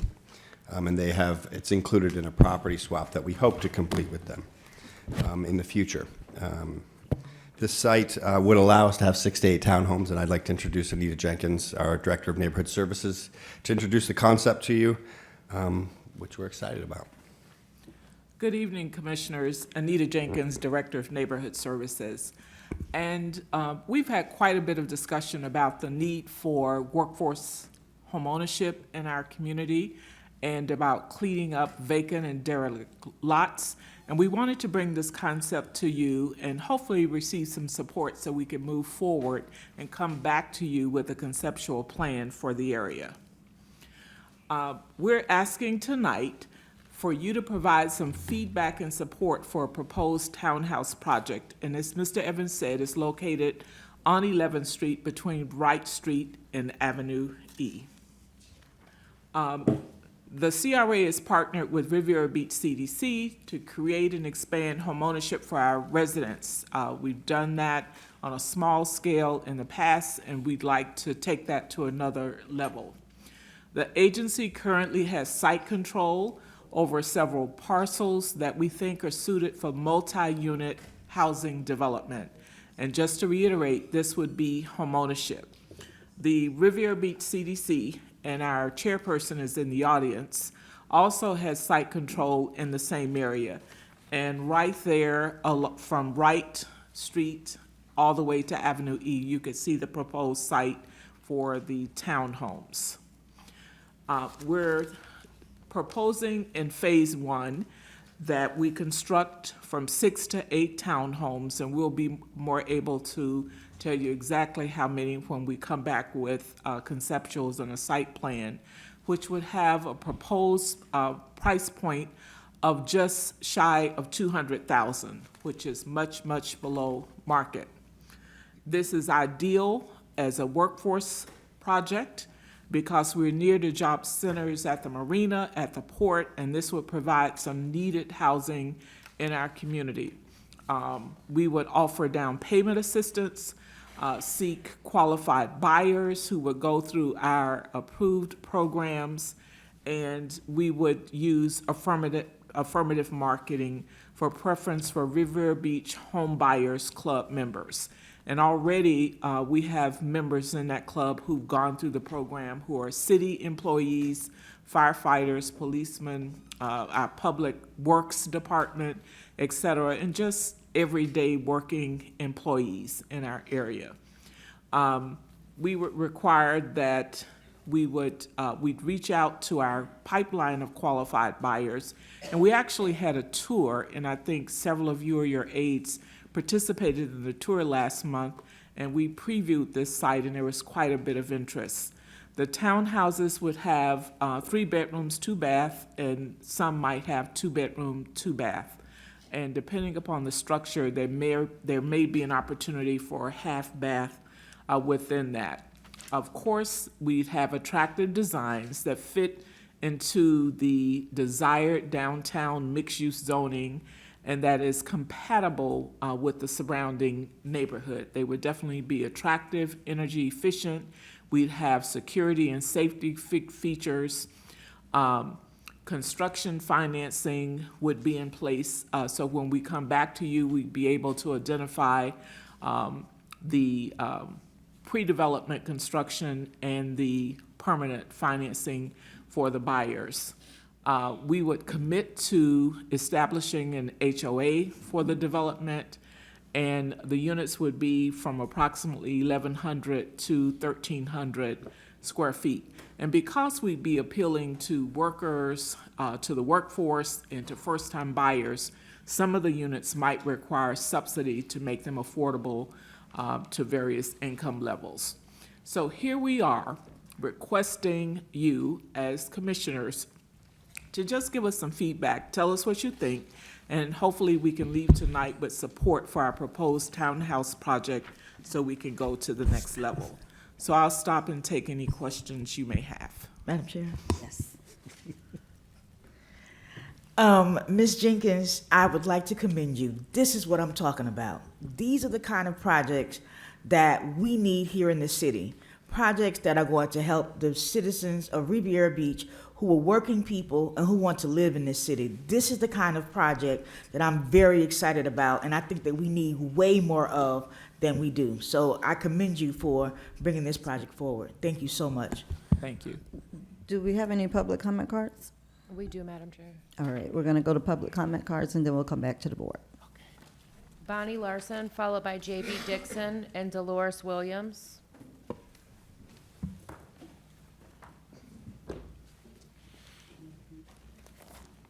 Bonnie Larson, just a few quick questions. On the agenda tonight, there was no backup on anything. So we had no idea, people didn't have any idea what we're talking about here when it says new townhouse project. I thought you were talking about the D.R. Horton thing. This is something totally new.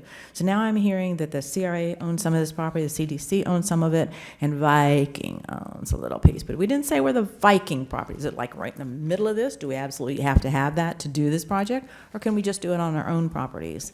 So if we could have a little more information on here, not one piece of backup. I looked on the internet, nothing tonight. When was, go ahead, I'm sorry, go ahead. Anyway, so, and then several of the things on here have changed on the agenda. So anyway, we need more information in case somebody's interested in things like this. But where do those townhouses, at Wright Street, where is Wright Street? I've never heard of it. Maybe that's an old name of Riviera Beach. It must have a new name now. Where is Wright Street? Have no idea. Thank you. Yeah. Mr. Evans, when was this backup put on Novus? This particular item here? I think that the memo may have been posted the day after the other agenda. I think it was ready, but there was something wrong with the upload process, so the memo was off. I guess, so yes, it was, I think it was one day after the agenda was published. It was on Monday. Yeah. Put on Monday? Okay. All right, questions or comments from the board? Ms. Lanier loves this project. I Excuse me, have one Madam more, Chair. I have one more thing I still want have to two say more about it, Okay, though, okay, Madam I'm Chair. sorry, hold on. Okay. We do have more comment cards, so Okay. we were just going with the flow. We've had 111, so I got, J.B. Dixon, followed by Dolores Williams. we're going to start the clock back over. Start the J.B. clock Dixon, 3000 North Ocean Drive, Riviera Beach. over. Okay, good evening. I would like to commend the CRA because I think it must be very difficult to be the CRA and have an ever-changing council. When I first moved here and was looking at and asking about some of the projects, I kept looking at things that had been started years and years and years ago, and you'd say, what happened to this? Well, the council changed, and every time the council changed, everyone wants to go back and start from ground zero because they're new. So I commend you for moving forward with the marina negotiations, which is just a tiny step, but at least it's a step. I think that when we look at what we're doing here in the city with a combination of the city and the CRA, you look at something, I think they have a very good balance. They came before you with millions and millions of dollars on the marine project. We have a very expensive but very, very crucial renovation of the downtown. We have a signage program for the strip malls, and we have townhomes. So we have the CRA addressing at least 4, and I think that they're to be commended for that. Everyone probably sitting up there and probably everyone sitting out here has their own baby in terms of, you know, what they want the most. But when you look at how the CRA has divided its time and its money and its resources. I think they've done an excellent job, and I know it cannot, I know it must be a real pain in the butt to deal with all of the entities that you have to do. So I would like to commend them. And I'd like to throw in my own 2 cents, of course, is what my baby project would be. I am very, very interested in the signage program. I have no idea what kind of a budget you have. I've been involved in those on an international level, and I can tell you that there is nothing you can do better than to do facade and signage restrictions. I know that that is very difficult because there are multiple owners involved, but that is going to be crucial, both on the west side and on the east side of the bridge. Thank you. Thank you. Dolores Williams.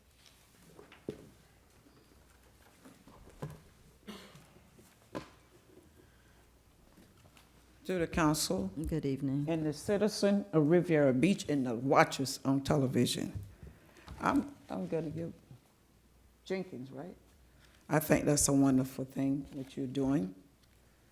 And you know when I get up, I'm gonna say something about Stony Brooks. So some of those houses that you say doing, those people are living in deplorable thing. I got a video here where I was at a house today that's been shut down because the management think it was, have to go there every time to get a police officer to get clothes for her children to go to school. We got, don't turn over, Ms. Botel. When we went in there, Ms. Lanier, when we went in there, got the officer to come, had to call a sergeant out to go in. Ms. I wish I could Williams, put these let's video. stick to the townhouse, and then we'll have public I comment just say shortly. the townhouses, I'm gonna come back up with it again. But that's for I'll this comment item on the related to the townhouses. And what I want to say to townhouse, build some for those people that are living in those dilapidated places at Stony Brooks. She say they have to apply for it. You got people that need that. Push it, make sure it pass, and get those people out that place. And I hope I can take my phone when I come up for the public comments and show you the maggots in that house, blowflies, roaches, rats. It's deplorable. I'm going to give it to the news. I want y'all to see it. This is terrible. Ms. Jenkins, do whatever you can to get it out. Do what you can. But this is deplorable. I say y'all got a gag on it because the judge ordered. I want to know who the judge is that y'all can't talk about Stony Brook. Who is this judge that ordered this gag? Y'all can't talk about Stony Brook. People living that stuff with maggots. I want you to look at the film. I want you to look at the maggots. The maggots, nasty maggots. This person didn't do that. It's because they shut it down, locked her out. And y'all sit there talking about y'all can't talk about Stony Brooks. You want them nasty people you call to come and vote for you when it come time for you to be elected again. They good then to get your votes, to keep you up there. It's terrible.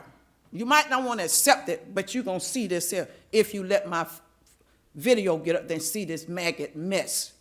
That the owner didn't do that. They've been locked out 4 months, waiting for an approval to get back in. When is the approval going to be there? I will be back up. Thank you. Is that the end of public comment for Yes, this Madam item? Chair. Thank you. All right, comments, questions from the board? Madam Chair, Yes. question for the pipeline of interested buyers, the pre-qualified buyers. Where are those coming from, Ms. Jenkins? We do track buyers, and the vast majority live in Riviera Beach. There are some people who used to live in Riviera Beach and would like to have housing here. Several of the people work in the city and would be interested in buying here. We occasionally, in our program, full disclosure, have someone who goes through the program and they might be interested in buying a house in West Palm or Lake Worth. But we believe and we ascribe to affirmative marketing, so we don't turn anyone away. But the vast majority live right here. We had a great graduation last week where we graduated 25 potential homeowners in our class. They went through a 5-month program, and we'll be starting another session, and this is the CDC's Homebuyers Club in conjunction with community partners. We'll be starting another class in late January, just to put in a plug. Follow up, Madam Chair. Go ahead. And Ms. Jenkins, will these 6 to 8 units be exclusively for these pre-qualified interested buyers that came through the program?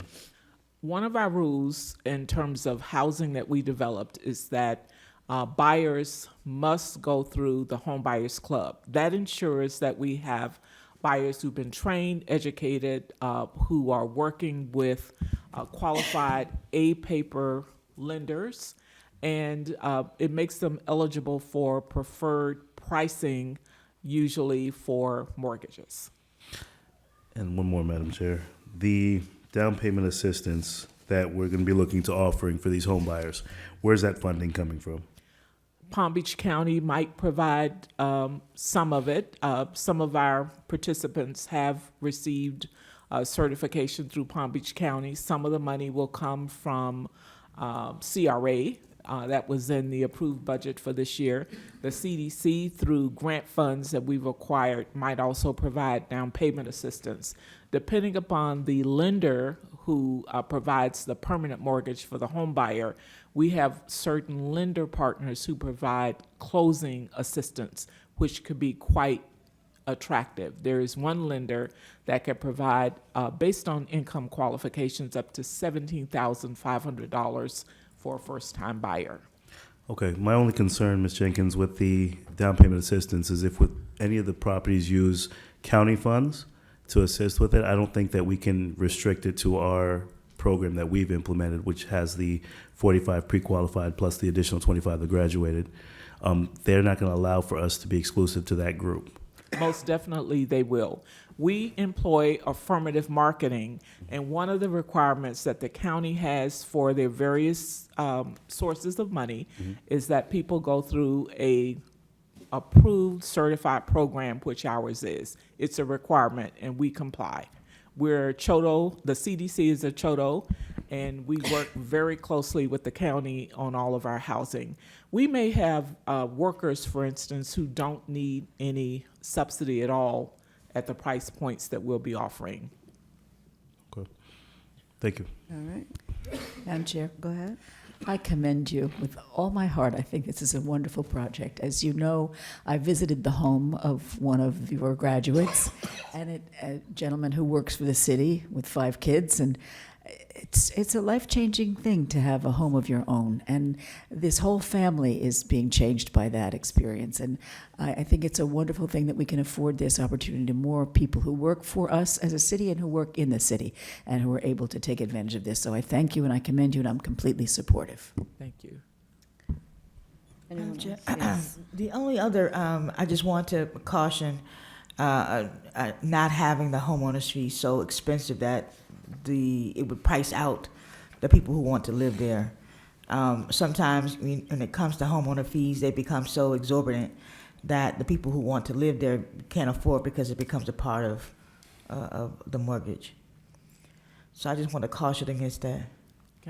May I respond? Yes, please. One of the things that we ascribe to is making sure that, number one, that buyers don't have payment shock. You don't want somebody who's used to paying a certain rent and then they're not used to paying a certain level for a house. Interestingly enough, most of the people are paying, rent is so high that they most definitely can afford the mortgage payment. We also are very conservative when it comes to what are called front-end and back-end ratios. So the HOA fee will be included in the housing payment. So people will not pay more than, at a max, 35% of their income. So between the mortgage, the interest, taxes, insurance, and any HOA fees, they would not pay more than that percentage. We make sure that it's affordable. All right, and of course, this is somewhere nearby in my area, so I'm very happy to see some of this progression happening. With the J Avenue, are we still looking to do something similar over there as well? I am so glad that you asked. Yes. And let me clarify for the public that the chair is referring to Villas of Solano, which is a project on Avenue A, which is owned by the CDC. It is outside of the CRA, but owned by the CDC, and we're currently moving forward. So fingers crossed. We have a proposal into the county that we're hoping we'll know if we receive some gap funding so that we can move forward more aggressively on the project. It will be 28 brand-new townhomes with an HLA for sale, 3 bedrooms, some will have 2 bedrooms, 2.5 baths, attractively designed, energy efficient, with safety features, with a walking trail, with a water feature, with some additional guest parking right on Avenue J. So yes, we're moving forward. And just in case there's a concern, there are 4 tenants in the existing building. Those units will be replaced, so all 28 will be brand new, and we've offered the opportunity for homeownership to the existing tenants. Sounds good. Now, over on the south side of Blue Heron in the CRA area, any of those empty lots, have we considered doing something with those, any empty lots that we have on that side? We haven't looked at those recently, and we can do that. There's certainly good opportunities to bring some redevelopment. On the north side, we do have one lot that we're hoping, we did a public-private partnership on that project, and we're hoping that that moves forward before City Council for approval very soon. Which area is that?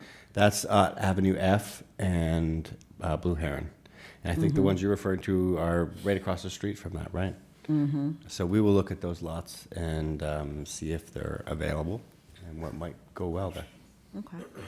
All right. Yes. Question of Ms. Jenkins relative to the townhomes. So who's going to take the lead on that? Will it be the CDC or the CRA? We have to negotiate, but it is contemplated that the CDC will serve as developer. We're the Chodo, and we're interested in serving as developer. We'd be seeking a qualified licensed contractor to build them. So I guess we, as the CRA, once we do the swap with the abandonment, will convey that development right to the CDC? Yes, that's likely how the process will work. Of course, we won't know until we get to that point. To which point? The swap? Where we or have the control, negotiation? the swap, where we have control of all the properties. The CDC has, of course, the opportunity to apply for more grant funding than the CRA does. So, and also we're trying to build their track record as they grow and expand. So, we would be helping them with the projects. It's in the CRA, but we'd certainly be their partner. Okay. I would think because the CDC is a Chodo and they have availability to access to more funds from the county as opposed to the CRA, I'm relatively sure that the CDC will take the lead. Okay. And the Villas of Sonoma, what is it called? For Villas of Solano. Solana. And that's on Avenue J? Yes, sir. Whose district is that in? That would be yours, Mr. McCoy. Oh, I thought so. I just Used to be mine. did it? You know, for a while, yeah, it was mine, and now it's yours, so I thought I asked on behalf of you. Well, you certainly have my full support. know. So, if I need, I already knew that. if I need to go down to the county and try to, support and lobby this, because, that area, we need some help over there. I guess the question is, Madam Chair, what is the school district doing with all of that land there? Do we know or have any idea what the plan is? The last conversation that I was a part of, it was when we were talking about, you're talking about the, Right next to, they I were guess, talking west about of Inlet doing Grove. the field, the football field, bringing City Hall on the other side, making those swaps. That's the last conversation I've heard about it. It has a bit, I haven't heard anything else since then. So basically nothing Okay. has happened that I'm aware of. Okay. Well, I certainly support Villas of Solano, and I knew it was in my district. Thank you. I know you know that. Madam Chair? Yes. Oh, is that law? Is that your It district, is. Commissioner? It is. Yes, it. Thank you. It's mine as well. Ms. Jenkins, question. How will we go through the procurement process of securing developers for these projects? Are we going to go through the standard procurement that our CRA does, but if it's owned by the CDC, what is that process, just for understanding? I think it means construction. The CDC has adopted primarily, in total, the procurement process that the CRA has. So we do a public solicitation, we release requests for proposals, requests for bids, go through a whole evaluation process, make sure that they are approved contractors that are recognized by the county, that are accepted by our traditional lenders. So there is a public process, and we have to document that, especially if we're receiving CHOTO funds. Okay. Would it be possible, I guess this would be a legal question, to implement a WMB program into that process that the CDC is doing? Because they have a lot of development coming across the table. So how could we incorporate some type of MBE program? We already have accommodations for that, but I'd be really interested in hearing any ideas you have that we can strengthen it. Okay. Most definitely. And depending on the number of units, we follow Davis-Bacon and Section 3 requirements depending upon the source of money and the size of the project. So we're very comfortable with all of those processes. So, Mr. Hager, the question is, would that be an issue or in conflict, being that we don't have a disparity study completed to allow for us to mandate a MBE program with the CDC, since it's not a division of the CRA? Well, first of all, the CDC is not a public agency. Right. It's a nonprofit, private not-for-profit. So most of the rules, other than voluntarily adopting the CRA procurement code, we have to make sure that we don't run afoul of CHOTO requirements, any, as she said, Davis-Bacon Act requirements, and so forth. I think we've been, the CDC has really been over backwards to get minority contractors involved in the process. Okay. I think we've got a pretty good track record. Good. And that's just a continuation. And colleagues, that was part of the discussion that we'll talk about the workshop, that at the conference that I attended, one of the biggest issues they had was women and minority businesses participation within our municipalities, and making sure that we're giving them the same opportunities and benefits and requiring contractors to come in and utilize those services. So that's part of the presentation I'm going to speak with Mr. Jonathan Evans about when we speak on Saturday at our workshop. So that's something I want us to really implement when we look at a lot of these projects that are coming across the table, to having that incorporated into any development we're doing. Most definitely. Yes. I have one more question in regards, not question, but suggestion for the townhouse project that you were talking about 35% for people to pay, but I'm looking at more 30%. So if you can work that out, that would be something that would be in the best interest of having people who move there to stay there. We do our best to finance it in a way that people are not overly burdened, and there's another federal requirement that people are not unjustly enriched. So we hear you, and we make sure that people are able to be comfortable with the payment. So we'll do our best. Thank you. All right, anyone else? Okay, I think you have, sounds like you have the full support of the board in terms of moving forward with this townhouse projects. Thank you so much for bringing this forth. All right, item number 6. Avenue E Corridor Study Update Presentation. Madam Chair, are we not going to have public comment? For the CRA, there's no time on this one. Okay. So we'll finish up 7, and then we'll go into public comment. All right, Mr. Evans. Yes, the Avenue E corridor is a CRA project. We're doing a revitalization study of the whole roadway that looks at what's built along the corridor, what the future improvements to the streetscape that we could do, and also what kind of grants might help attract future development along there. And KCI recently completed a public workshop, and I want to provide the board an update on the project as it moves forward, and also have them update you on the results of that workshop, and just have an opportunity to gather some comments from this board as they are developing that final revitalization study. All right, good evening. The acceptance of public comment cards are now closed. Good evening. Good evening. I'm Heidi Siegel with KCI. I have with me Jeff Campbell, who'll be talking a little bit about some of the streetscape elements. And as Scott said, I will be going through our recent public workshop and our status so far.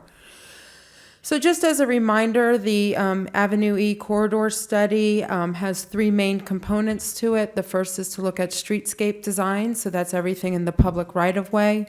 Building design standards, which would lead the design of private investments along Avenue E, and land uses, which would look at what type of uses would be allowed through the zoning code. As part of our process, we've been doing extensive on-site reviews of conditions. Our team has been out there documenting everything from stormwater collection after rainy days to the width of the right-of-way. We've done a full inventory of every business, vacancies along the entire corridor to get the full picture of what's happening out there. We've also done a review of previous plans, most notably, in addition to the zoning code and comprehensive plan for the city of Riviera Beach, we've looked at the 2008 Citizens Master Plan, which was followed by the 2011 CRA redevelopment plan. Avenue E is called out within the plans to remain a two-way street, still be a neighborhood street with buildings close to the street, curb and gutter drainage, on-street parking, create rear alleys, and a mix of uses. So some of our summary of the existing conditions is there are 72 lots that front along Avenue E. The entire corridor is 0.86 or about a mile long. We found 16 vacant lots and 26 operating businesses. The average width of the right-of-way, and the right-of-way, just for purposes of our conversation today, is the entire public realms. That would include the sidewalk, the swales, as well as the pavement of the street. The average is 53 feet. In some portions, it's 50 feet, and in other portions, it's as wide as 70 feet. And that's important when we look at doing streetscape improvements to have as much right-of-way width as possible. The average actually roadway width is 28 feet, and that ranges from 24 feet to 34 feet, and that's the actual pavement that you see out there. We broke up, for purposes of our study, and as we continue to go forward, we broke up Avenue E into 4 sections. You can see them color-coded on the left side of the screen. So running from Blue Heron to 22nd is our first subset area, or sub-area 1. Within this area, you have a lot of residential lots, as you already know, 9 of them out of 19 total lots, and there's 4 vacant lots. Moving on, this is your more intense area, the blue area, sub-area 2. 16 total lots with 7 operating businesses. Also within this area is the church, which takes up 2 large lots, as well as the stormwater retention area. Green area, which runs from 17th to 13th, is also a little intense. You have 21 lots there with 12 operating businesses. And then continuing on, the 4th sub-area is from 13th to the southern boundary, which is 10th. Mostly what is there now is residential. I want to go back to the overall map. And one of the significant things about Avenue E is all along Avenue E, the zoning code calls it downtown general, which is a zoning designation specific for Avenue E. When you get down to, ironically, that yellow area, sub-area 4, where you have the triplexes, quadplexes, and some of the homes, as well as vacant lots, such as the townhome lot you just looked at, it's actually designated for downtown industrial. So you have existing residential, which is considered non-conforming, and that's okay, but the uses don't match up with the zoning code, and that's something we're going to be looking at. And especially if you are favorable to those type of townhome products, and as I talk about the community meeting, you'll see that was also very favorable there. We got to make sure we fix the zoning for you, or at least make those recommendations to fix the zoning for you as part of this study. So as you know, you are moving fast with a lot of things here at the CRA, and we got to make sure that our study stays on top of them. So we had a stakeholder meeting on November 5th. Thank you all for attending, as well as I've seen in the audience tonight, members of the public who also attended. It was very well attended. It was advertised by the Merchant Strategy, who is our sub-consultant. I think beforehand, Andre, you were saying 12 to 20, and we stopped counting at 80 participants because it was standing room only, and it was hard to keep up with the back of the room. But we know there were at least 80 people there. As you saw, it was very active, lively, and well received, in my opinion.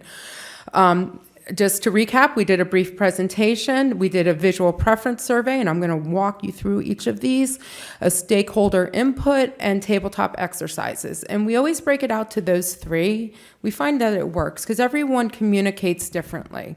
Some like to raise their hands, so the visual preference survey works. For stakeholder input, people like to just yell out their ideas, and that works. And some people rather draw things out or talk one-on-one, and the tabletops are for them. So, like I said, it was a very active meeting. It was great. So we did a visual preference survey to kind of test the room. And of course, this is not scientific, and no regulations or laws are being written based on this, but it was to get a gut reaction of ideas in the room. So we presented single-family homes using the example that's over on Park right now, and the room was about half and half on that, with that style of house for Avenue E. On the top right-hand corner, we presented a modern-looking one-story shopping center, and it generally wasn't favorable. And what we heard, two things is we want buildings of character with architectural character, and we want height. And you'll see throughout our presentation, a lot of the feedback we got was 8 to 10 stories. Not sure if that will be realistic there, and we're going to talk about why as I go through, but that was great that we got that feedback.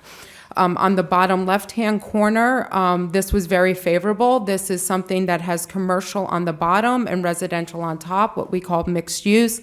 So both the type of building it is, the uses within it, as well as the architectural style in general were favorable.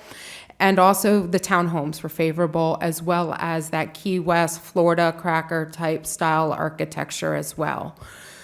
So then we moved on to the stakeholder input, and when I'm just going to go over some of the big highlights that came away from it, gathering spaces, and a lot of what we heard, be it through building design, streetscape design, or even uses, is the feedback we got all night was that the participants want to see this as an active and safe corridor. They want to be able to go out and walk around, bring the children, and make it something that's active, which is very exciting.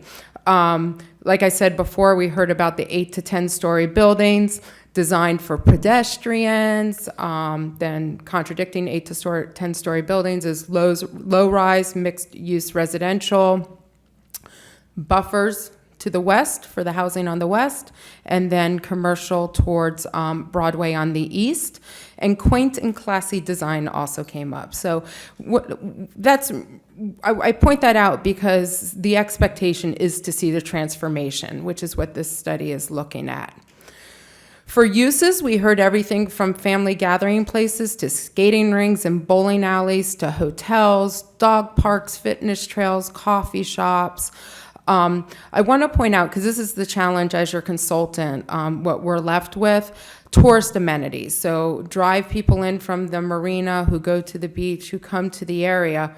but at the same time, no gentrification. So that's our challenge, is to balance how to generate economic development opportunities for the residents, both to partake in as well as to execute, be business owners, but to make sure that Avenue E stays a part of the community and gentrification doesn't happen.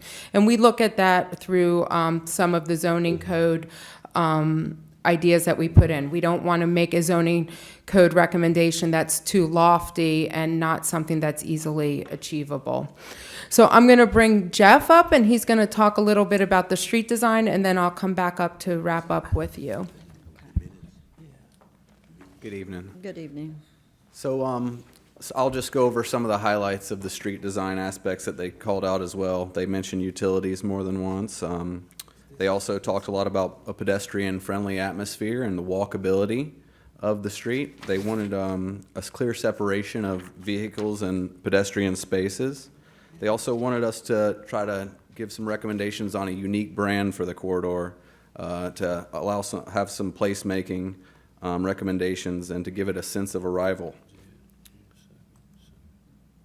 And then from then, that was the end of the vocal section. We then broke out into different groups for the tabletop exercises and allowed people to draw directly on plans.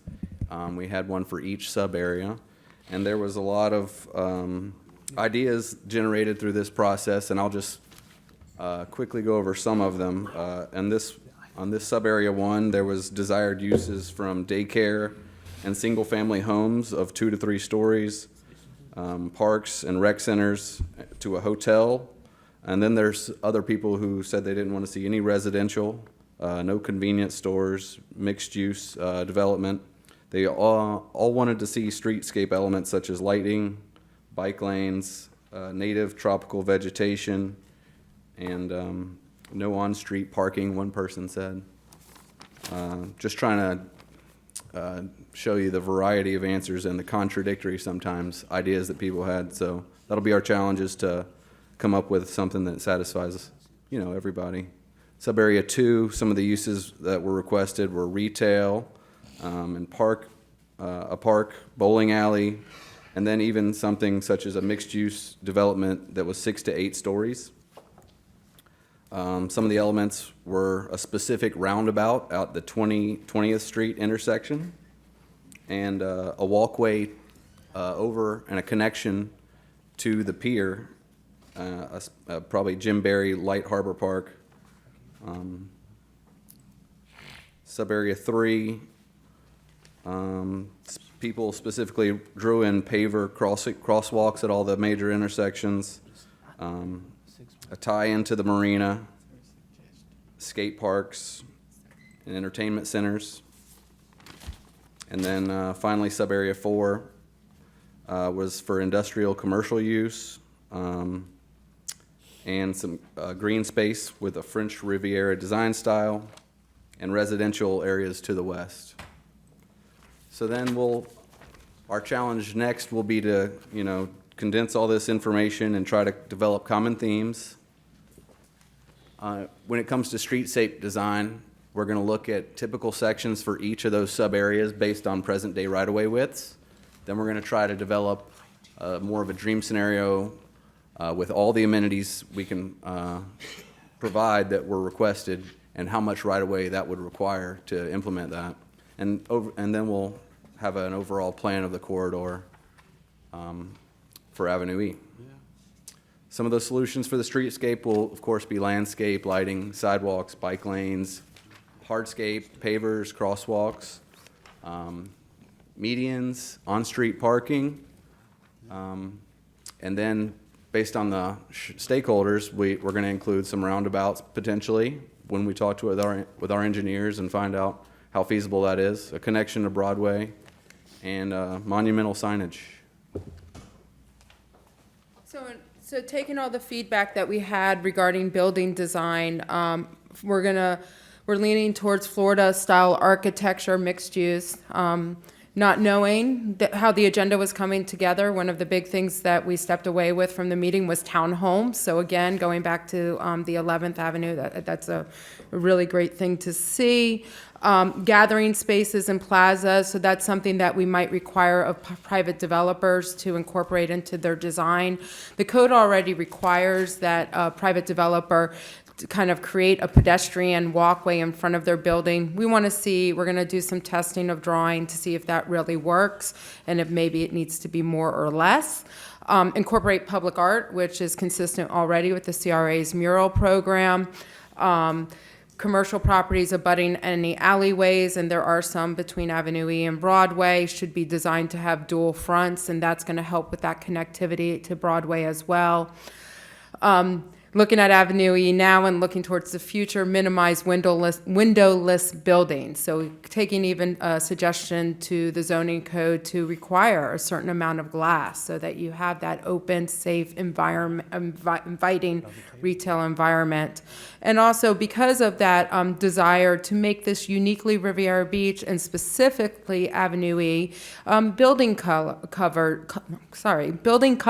signage to make it something special and you know you're on Avenue E. For the regulatory changes, and this talks to the uses, we're also going to look at perhaps recommending incentives for certain uses or building types, and we find that this is one of the tools that we've used in our toolboxes over the years for addressing gentrification, laying out specifically in the code, this is what we want to see, and making sure those uses work for the neighborhood as well as development standards for those uses. We're going to have to look at the actual development standards that are in the code now. The current maximum height for Avenue E is 3 stories, and the current maximum floor area ratio is 2.0. So when we hear from the stakeholders they want 8 to 10, I'm not promising that it would work there based on utility infrastructure. That's part of our job, is to look at what it can kind of accommodate there. But if we're going to go above 3 stories, you're going to have to also raise the floor area ratio there. Another interesting scenario is the minimum lot size along Avenue E is 2,000 square feet. We did a test, and most of the lots that are there, the ones you think are even smaller lots, are anywhere from like 4,500 square feet to 5,700 square feet. So the code doesn't really line up with what's there now. So we want to make sure that it works well. And we think that in order to get the right types of development, you want to encourage lot assemblage. So just like, again, going back to that townhouse project, you want to encourage taking 3 different lots and putting them together and getting something significant out of it instead of small little choppy individual developments. It helps spark the street a little bit faster. And the uses should be forward-thinking and not necessarily reflective of what's there today, to make sure that it's sustainable. So I'm interested in your feedback. I want to tell you what the next steps are. If you recall, when we came to you with our contract, we showed you a video that a video drawing that we had done of Avenue E initially before we even dove into the project. We're going to go back to the community with a very similar video once we figure out how to take all this feedback and putting it into a streetscape and put it into regulatory uses and put it into architectural style. We're going to go back to the community and present and say, this is what we heard and this is what it will look like. How do we feel about it? And then we will proceed with finalizing any designs and of course come back and keep communicating with you throughout the process. So I'd love to hear some feedback from you. Okay, we'll go to public comment first. Absolutely. And then we'll come back to the board. Thank you. J.B. Dixon, followed by Dolores Williams. At the timer. J.B. Dixon, 3000 North Ocean Drive, Singer Island, Riviera Beach. Since the courtesy was given by the chair to a previous speaker, I hope the same courtesy will be given to me, because I wish to tell people who are watching at home that although you may be under a gag order and Millennia is under a gag order, I am not under a gag order, and I go to Stony Brook quite frequently, and we both. So has Dr. Botel, been there many times, and what has been referred to as throwing crumbs to Stony Brook residents is not seen that way by the Stony Brook residents who have enjoyed Christmas parties, Christmas gifts, Easter baskets, Easter egg rolls, new swings, basketball courts, etc. And what I want to tell you is that you are being lied to, because new construction has been underway at Stony Brook.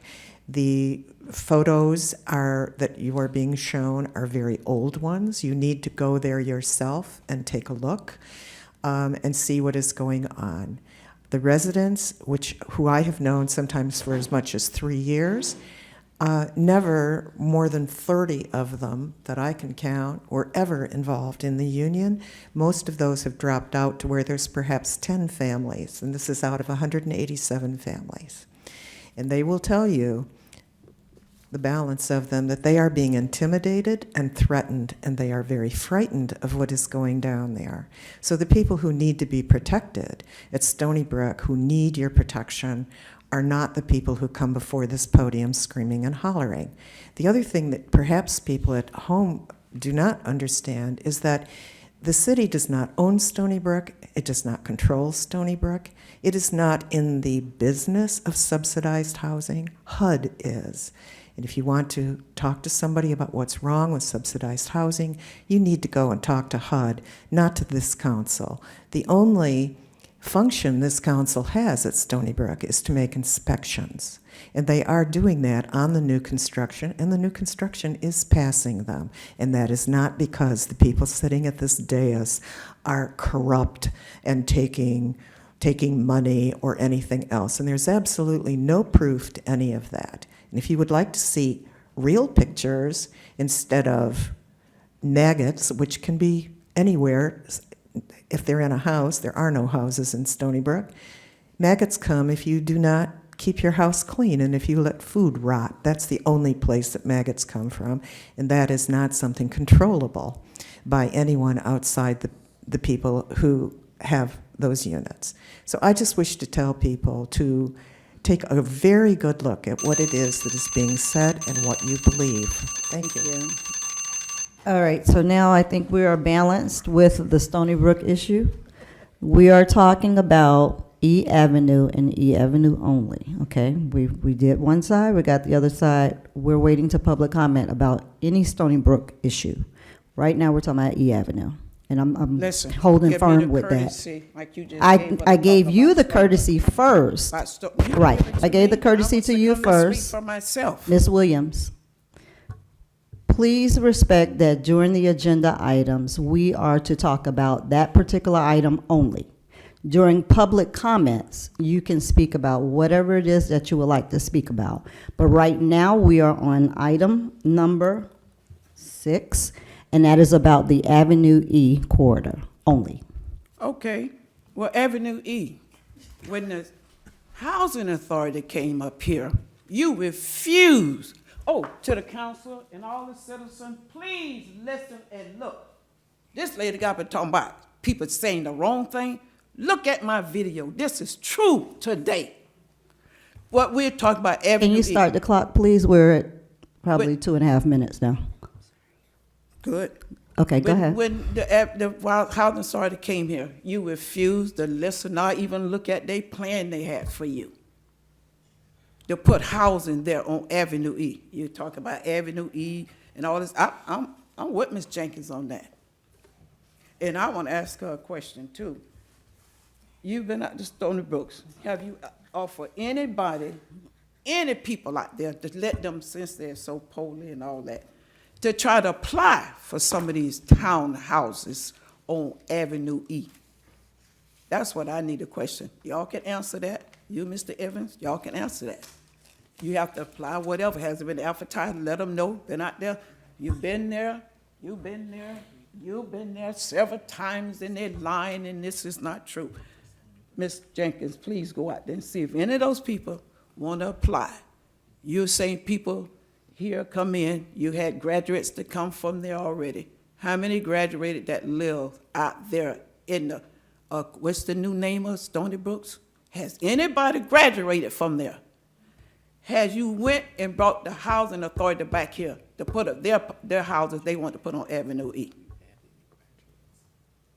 Has anybody, y'all, when somebody say something wrong, y'all to cut the red and answer right then. You don't wait for the chairman or the person to answer it for you.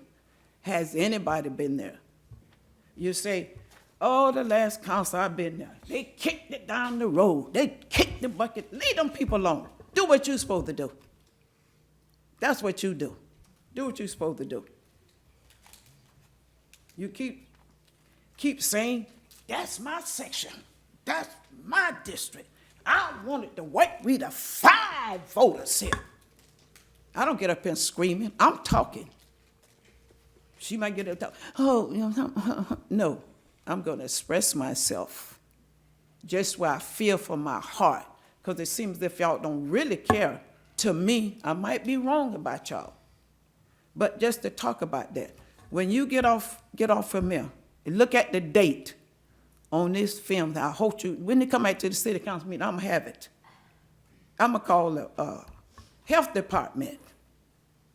Gag order. Who was the judge? Who gagged these people up here? Y'all can't say nothing about this. These people Jermaine, living like this here. Point of parliamentary privilege. Can we get on to the corridor study? Yes. Gag what? I'm gonna continue till my 3 minutes is up. Please do answer me these questions. I haven't heard from any of y'all when that man went down to the courthouse that say he y'all prosecution, the state prosecutor. Nobody's called me back. Thank you, Ms. Williams. Been 3 weeks. I want to answer from Thank you. tonight. All right, that's the last public comment card? Yes, Madam Chair. All right. Okay. Any questions or comments from the board regarding the information that was provided? Mr. McCoy, Lanier, Lawson, Botel. Any feedback for them? For Avenue E? Yeah, Yes, what we Madam were Chair. just talking I do. about. I have some. With the presentation. First of all, when you're talking about gentrification, and that's going to be a very big issue for that area, is the fact that you have to work with the people who are already there, meaning providing some type of, a variety of affordable housing for people who already live there. You're going to have to look at being very creative in terms of affordable housing, workforce housing. Everything from co-op, everything from townhouses, everything from rent, lease to own, just to keep the people in the neighborhood there. Yeah. So that when you talk about gentrification, you don't want to outprice the people who are actually there. Yes, ma'am. Madam Chair, Yes. just to piggyback off Councilwoman Lanier, that gentrification, just without displacement of our residents, making sure that we can kind of focus on development, but addressing the concerns and needs of those residents that are there. Have you spoken to any of the businesses on that corridor about their potential plans of what they're looking to do over the next 3, 5, 10 years when you were doing your studies? So far not. We wanted to go and hear from the community as a whole, so we heard more direct. Our goal is always to hear directly from the users, the community members, before we go to the business community. We don't want to be clouded by business information doesn't line up with the community, so that's a future step to speak with them. Okay. And then after this step, Mr. Evans, once this streetscape study is complete, what are our plans as a CRA? What are we doing with the study? And what was actually done with the last study that we did? What progress was made? What did we establish? What was the steps that we took with all this research we're doing? We didn't really have much of a last study. I think several years ago, we just looked at would a bike lane fit along the corridor, I believe, which we found that we could put a bike lane, although the corridor is limited. The next step for this project, the CRA has set aside about $2 million to try and improve that roadway. So the recommendations from the report, we would look to have the board approve the revitalization study, and in that would be a ranking of the capital projects and the proposed streetscape improvements that are needed in the corridor. It's my hope that the city would then come aboard as our partner in the project, I think that there are some utilities, some both the Public Works Department and the Utility Department have some capital projects that they need to do in the roadway, and I know that we're trying to work with them to get the information. So that goes on, but that will be a part of that study, is to identify everything that needs to be done in the corridor. If there are no capital funds on the city side to do any other projects, then we'll prioritize the list of projects that are recommended in the revitalization study, and we have $2 million to construct those. Okay.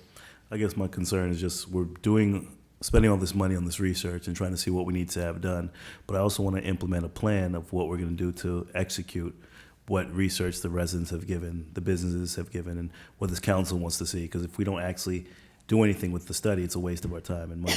So I want us to actually implement some of the programs that are in place and figure out how we're going to implement them.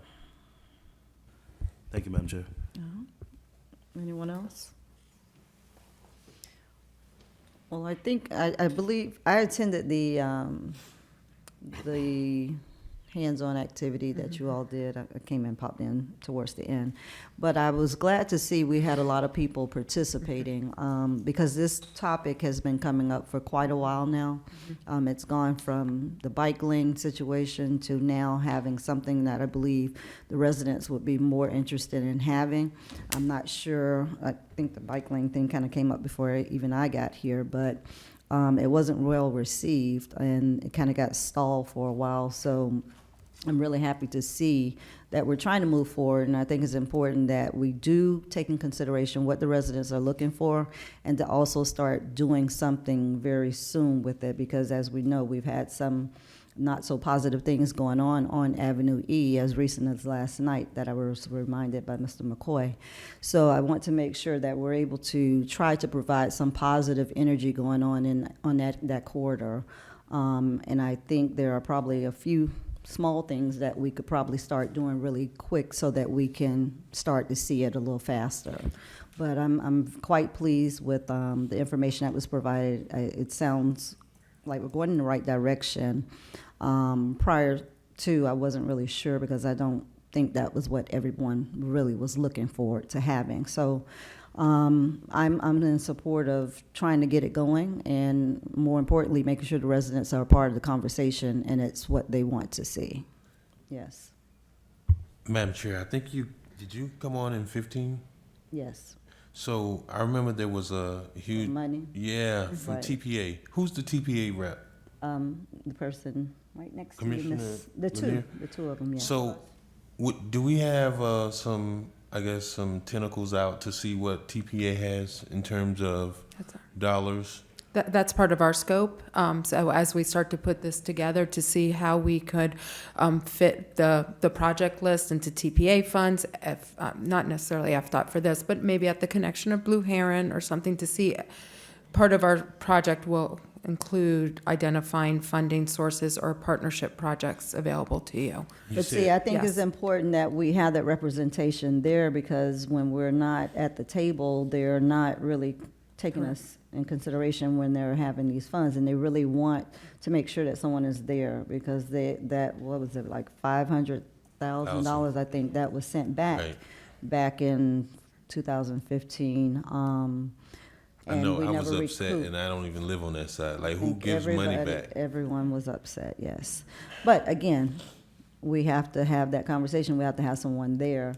So I think we talked about this several weeks ago about when Ms. Lanier can't attend the meetings, that Mr. Lawson would try to be there. She did. She reached out to me, and I'm actually going to attend tomorrow morning's Okay. meeting at 9 a.m. in Royal Palm. I'll give an update at the next council meeting. All right, sounds great.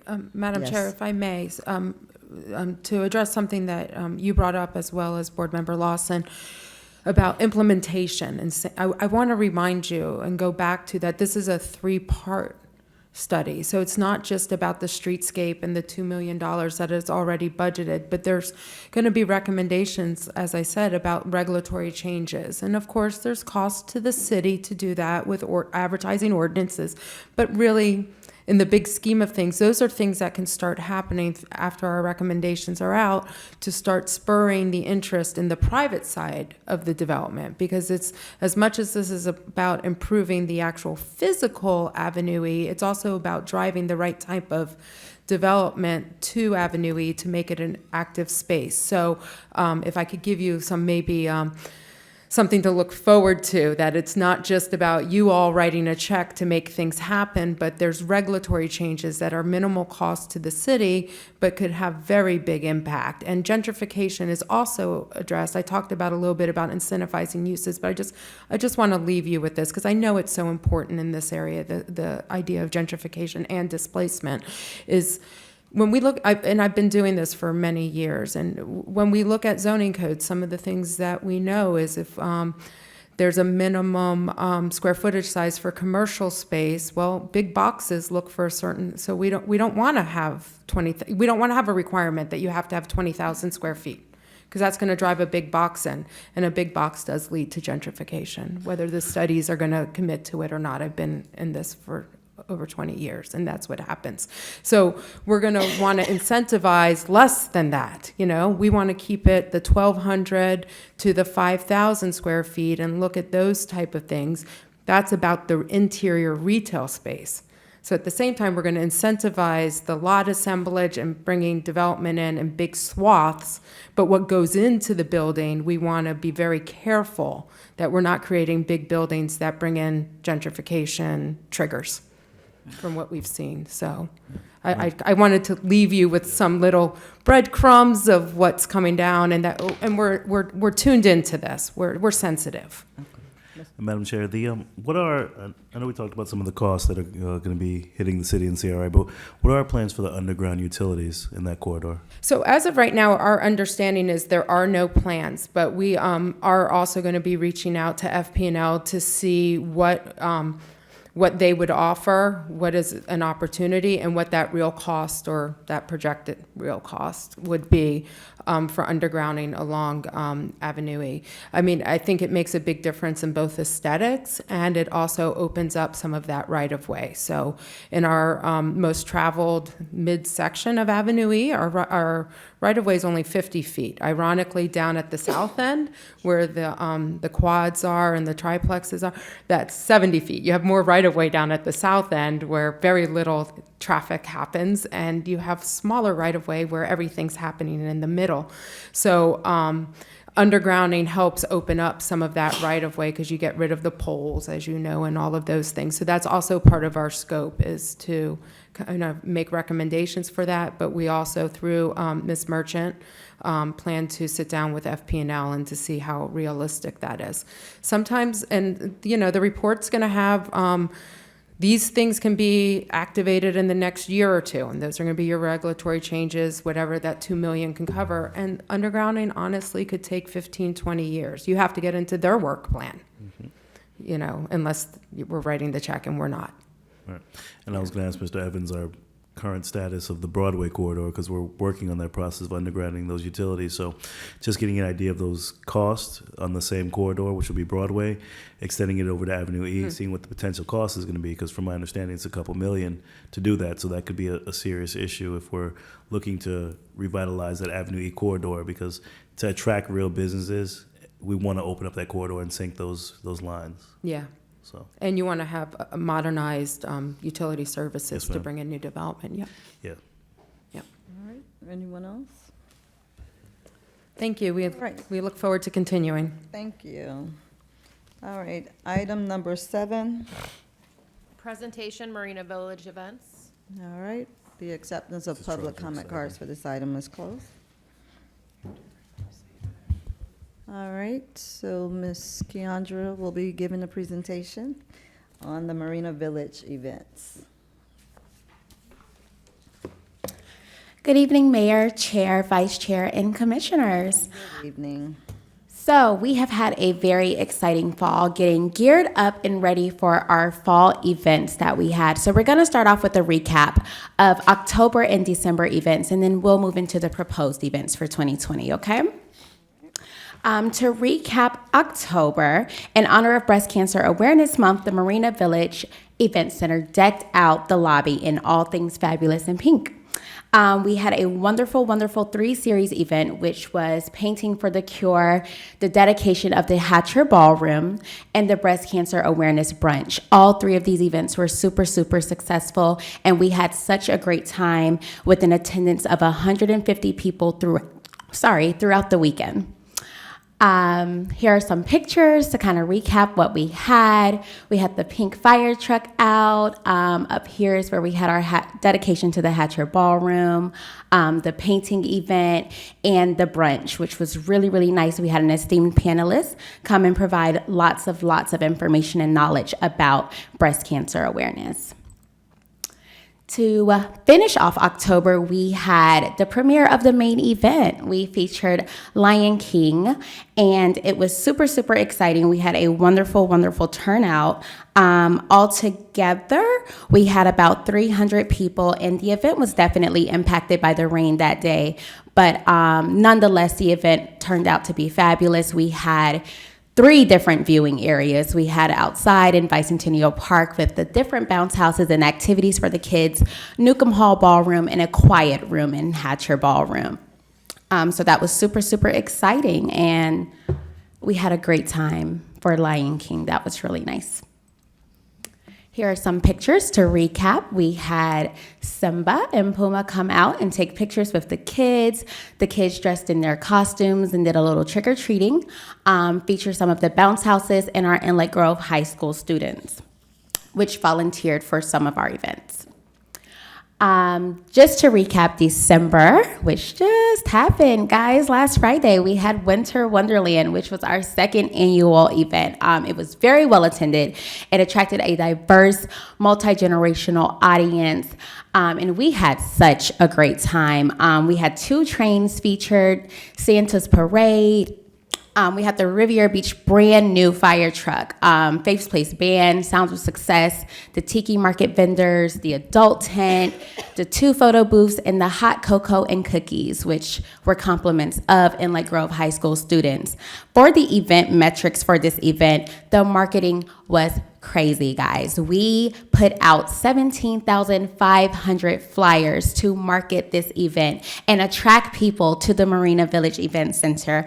And as we could all see, it worked. It was a very, very successful event, and we are very, very excited at the attention we drew.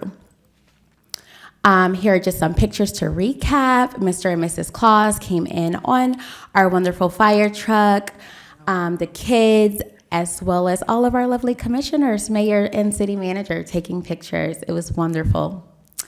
Now we will enjoy this video from Winter Wonderland.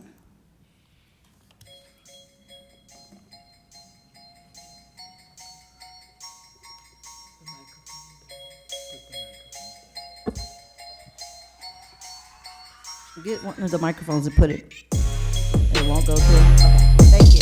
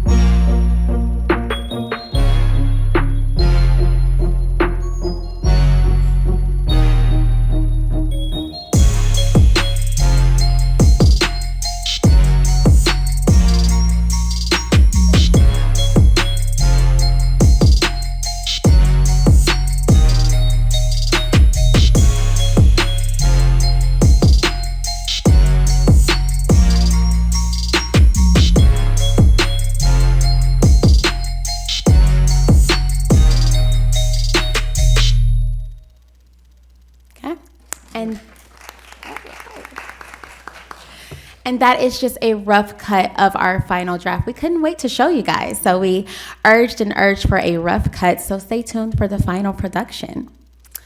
All right. Let me ask a question. Yes. I need to ask a question. I got numerous constituents asking me why was the Santa Claus and his wife not reflective of the population that lives in the city? Sure. Shall I? Thank you for asking the question. Yes, ma'am. I was asked during the night, why did we have a Say it. why did we have a Caucasian Mr. and Mrs. Santa Claus? And my response was, last year we had a very capable African American Santa.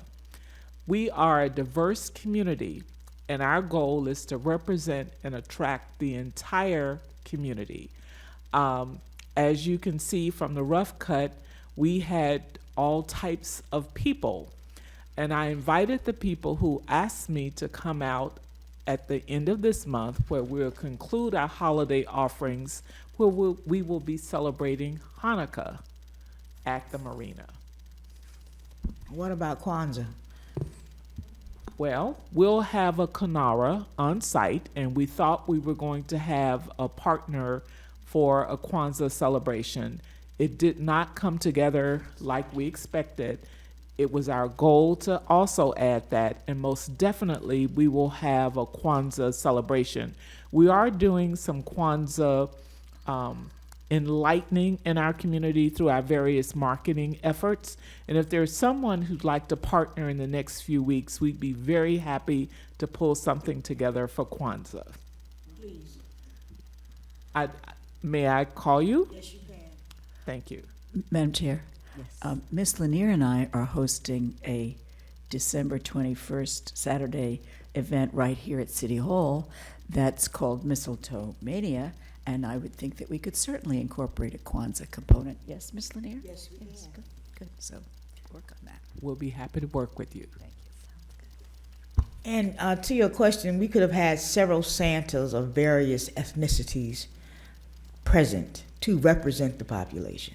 So please, next year, if you're gonna have Santas, have them representative of the population. If you gotta have two, then we'll have two. Madam Chair. Hey, Madam Chair. Yes.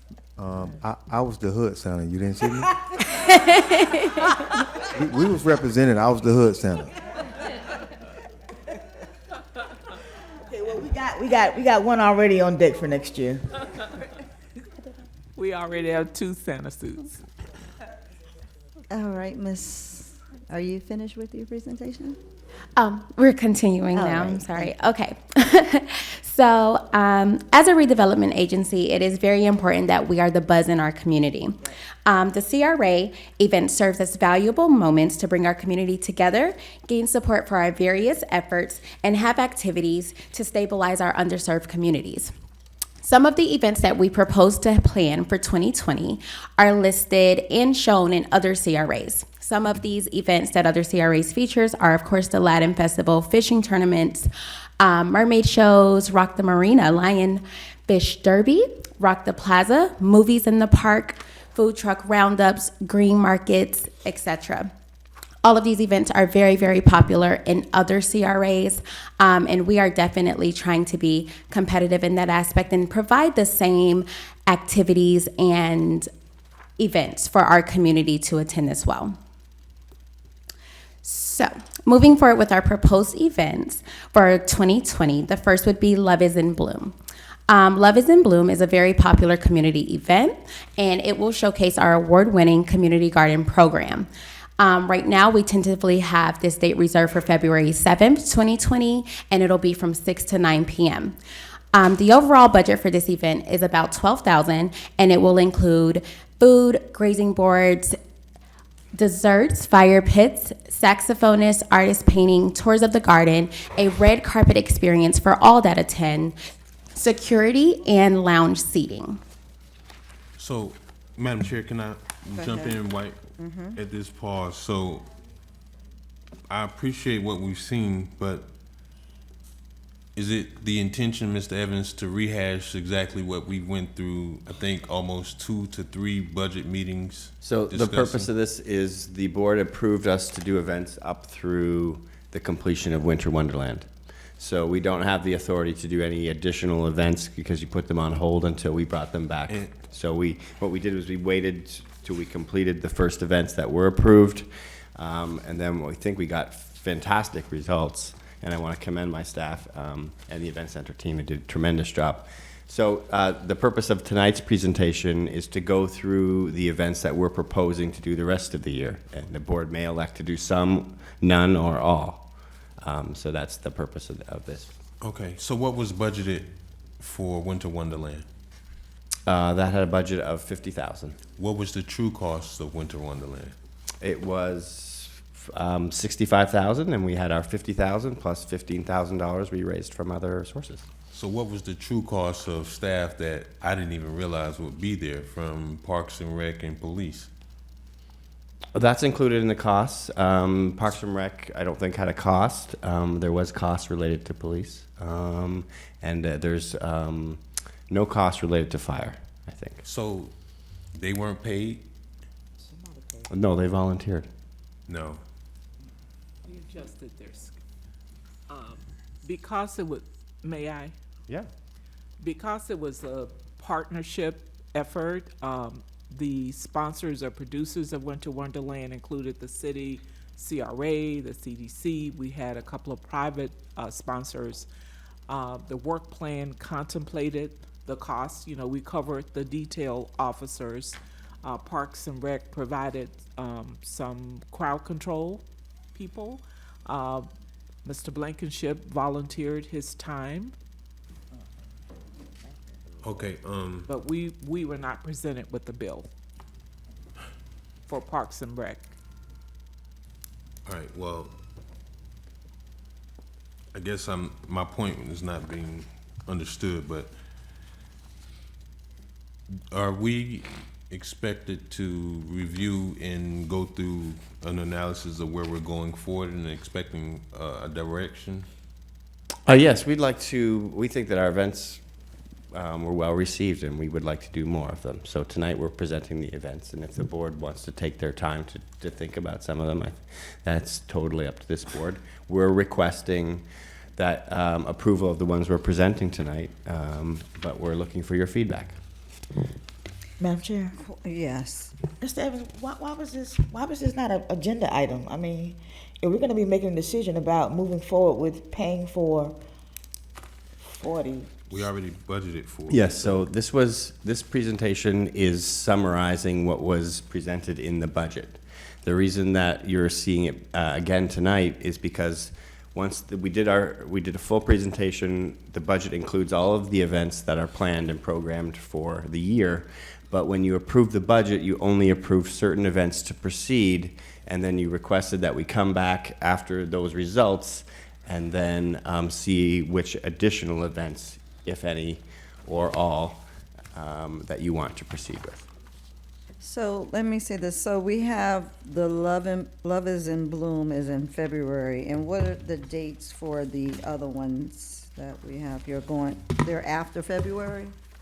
Due to the time constraints with the approval to move forward with events, the brunch series was supposed to start in the second week of January. So we're looking at rescheduling those dates and pushing them back so that we can get better prepared for those events. The brunch? Yes, the brunch series was supposed to be January, February, March, and April. And I believe the last one was in May. And industry night, I don't remember that one. No, industry night, I'll go to that slide for you. Here's a suggestion, and regrettably, I'm not available Saturday. Can we, if you're gonna be there Saturday, can you have these presentations as to what is remaining? Because, you know, I think that might be good to have that Saturday as opposed to. Are you gonna be there, Mr. McCoy? I'll be watching from my tablet.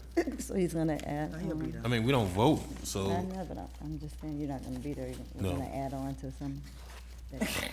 Well, no,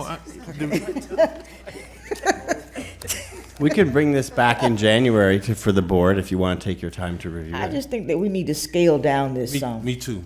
And that's exactly where I'm going, because when I asked for the cost, I can assure you Parks and Rec were not there volunteering.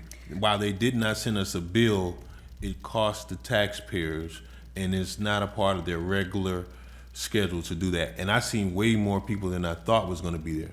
What I was expecting to hear was, how much did we earn off of the brunch that I thought was gonna be said about some of these items were gonna be paid? Yes, And trust me, it's a great event. I mean, I really thought it went off well, but you know, we got to move away from all of the events, because it seems like every time we turn around, on top of commissioners and synonymously in our role as council members, we're hosting events. We have the full month of January with MLK festivities. I mean, we have to get some progress going on and live out our purpose of being a community redevelopment agency, as opposed to doing these events. And it's great. I don't think nobody can argue with I mean, the turnout was beautiful. I think everything was nice, but you know, I'm personally concerned, and I'm impressed the way it came off, but I'm personally concerned about the effort and resources that we're putting into this. I mean, Commissioner Lanier spoke very highly of the townhome projects, which I think we all concur.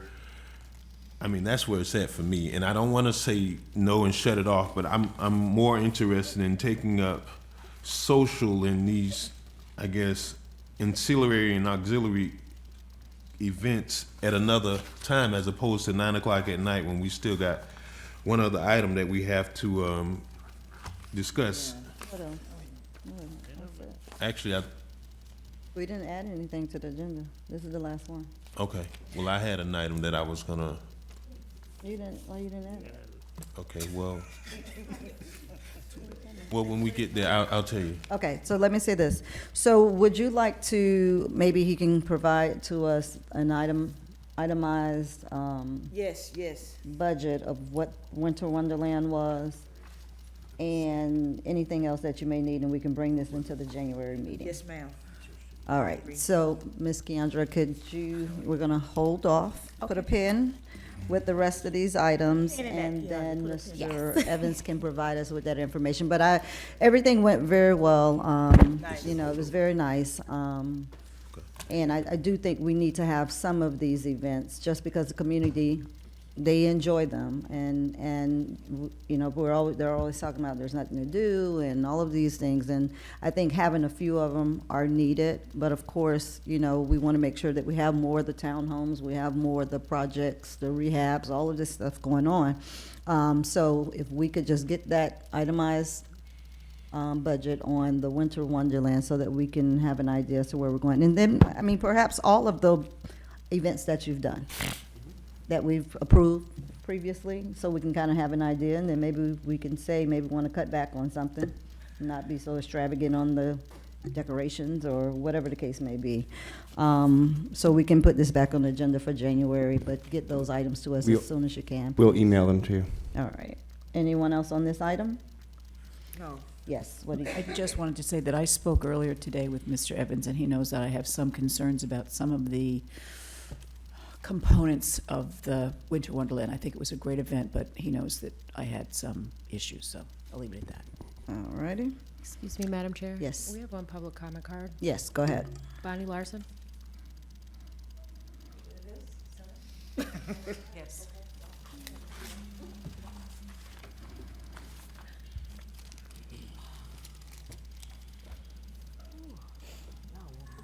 Winter Wonderland, I heard it was a great event, and I saw some of the firemen and some of the policemen this week, and I complimented them, even though I wasn't there.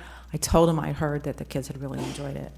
So it is a good thing to have. As far as a Santa being white or black, I mean, that we're all here together, and you know, I don't even know what to say about that, but you know, from my point of view, I'm a little taken back that we're going to have an African American golf museum.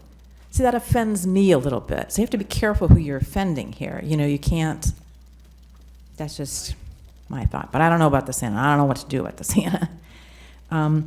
Okay, so I saw on the internet that there's going to be a free gift wrapping. Did you start the timer? Go ahead, Ms. Larson.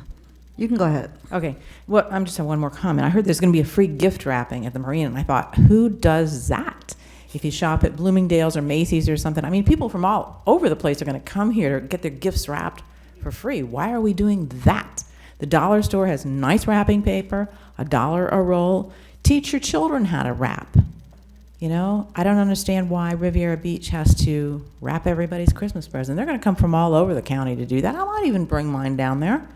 But, you know, and there wasn't any charge to it. And I thought, well, this is a missed opportunity, because why don't we have some of the students from Inlet Grove or one of the schools or some kind of committee going down there? They can charge $1 a package or whatever. You bring your own wrapping paper. We'll do it for $1 a package. Let them make a little money on it, you know, rather than us doing it for free for everybody. So missed opportunity. Let's if we're going to do it, let's charge for it, and a group can come in, and that would be good for them to make a little Christmas money themselves. Thank you. Thank you. All right, public comment. We don't have any items tabled. Public comments should be restricted to issues, matters, or topics pertinent to the Riviera Beach Community Redevelopment Agency. Please be reminded that the CRA Board of Commissioners has adopted rules of decorum governing public conduct during official meetings, which has been posted at the entrance of the council chambers. In an effort to preserve order, if any of the rules are not adhered to, the commission chair may have any disruptive speaker or attendee removed from the podium, from the meeting and/or building if necessary. Please govern yourselves accordingly. Can you make the timer bigger? Thank you. Bonnie Larson, followed by J.B. Dixon and Erica Davis.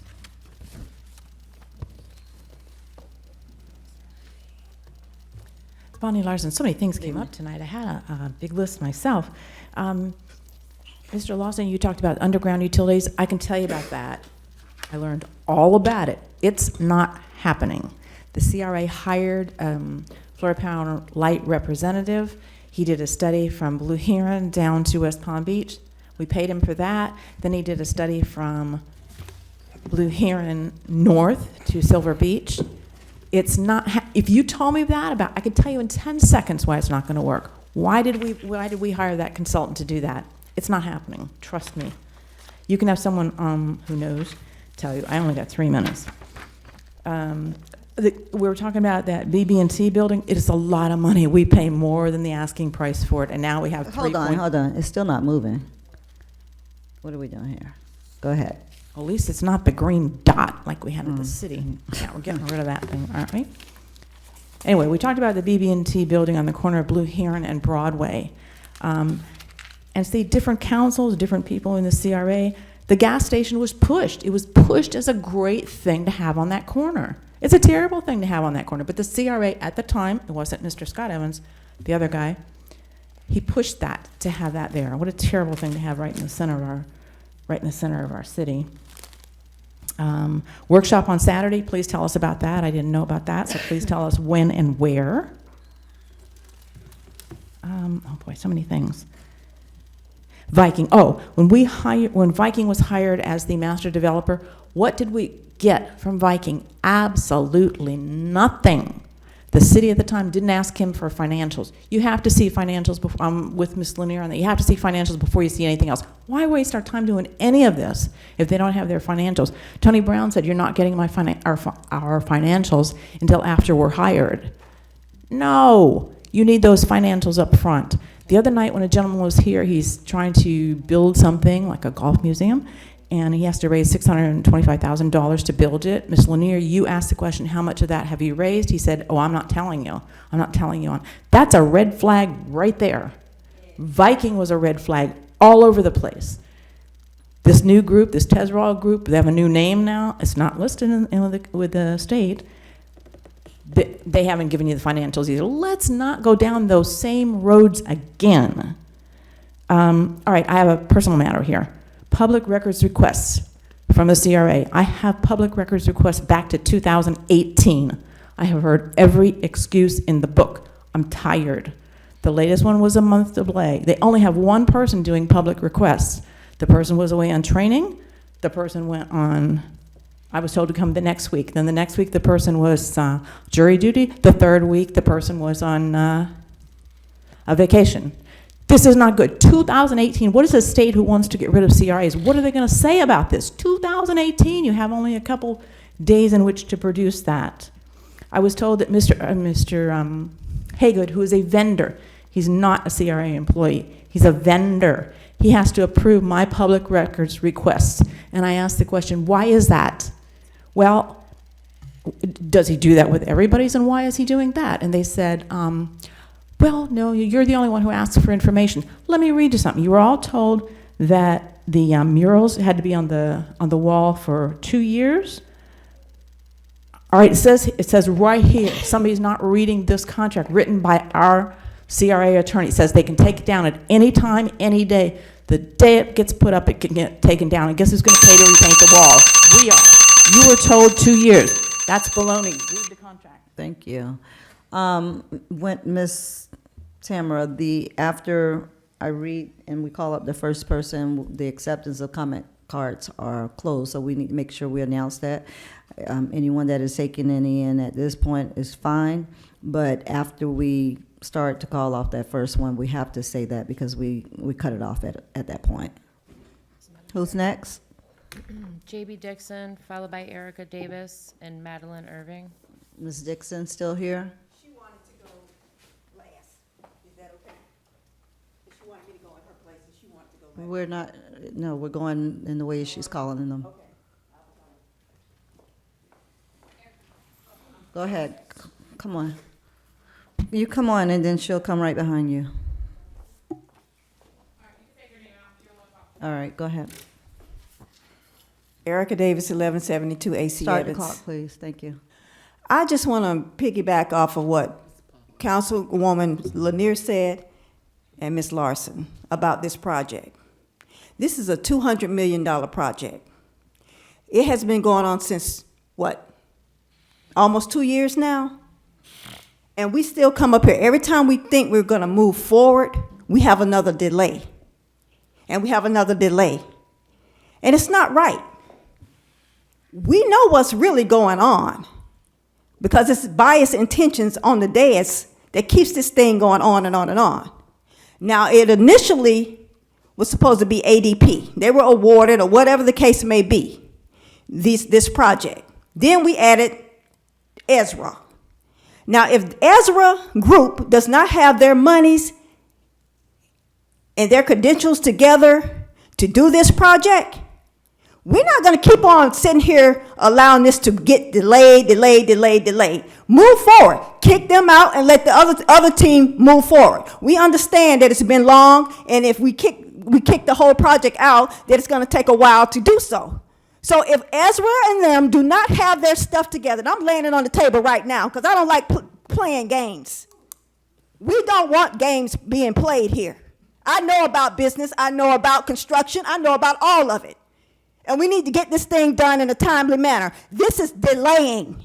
It's been long enough. If you don't have your stuff together, then get out. If you can't put your big boy pants on, then get out. You can't play with the big boys if you don't have the credentials to do so, financially and otherwise. When they come back before you again, we want all the financials and everything laid out on the table so we can vote, you can vote, or whatever. We want to see the plans, the financials, and everything. We don't need to stop. We don't need to keep playing with this. It's ridiculous. And we do need to start saving some money on the CRA end as far as with events and stuff. Development. We need to make some money. We don't need to keep spending money. And if you're going to have events, charge $1, $2 or something so we can make some money. It's just logical sense, business sense. So I'm done. We don't want to see Ezra and them up here if they don't have their stuff together. It's time to make a serious decision here, for real. It's not about brother, sister, mama, cousin, whoever lives in the cities, local, whatever. We need to move this project forward. And if they don't have the money to do so, let ADP take the whole thing. And that's it. I'm not talking anymore about it. Thank you. Thank you. Madeline Irving, Who are the next two people after that? Dolores Williams. That's it? Okay. Ms. Williams, please.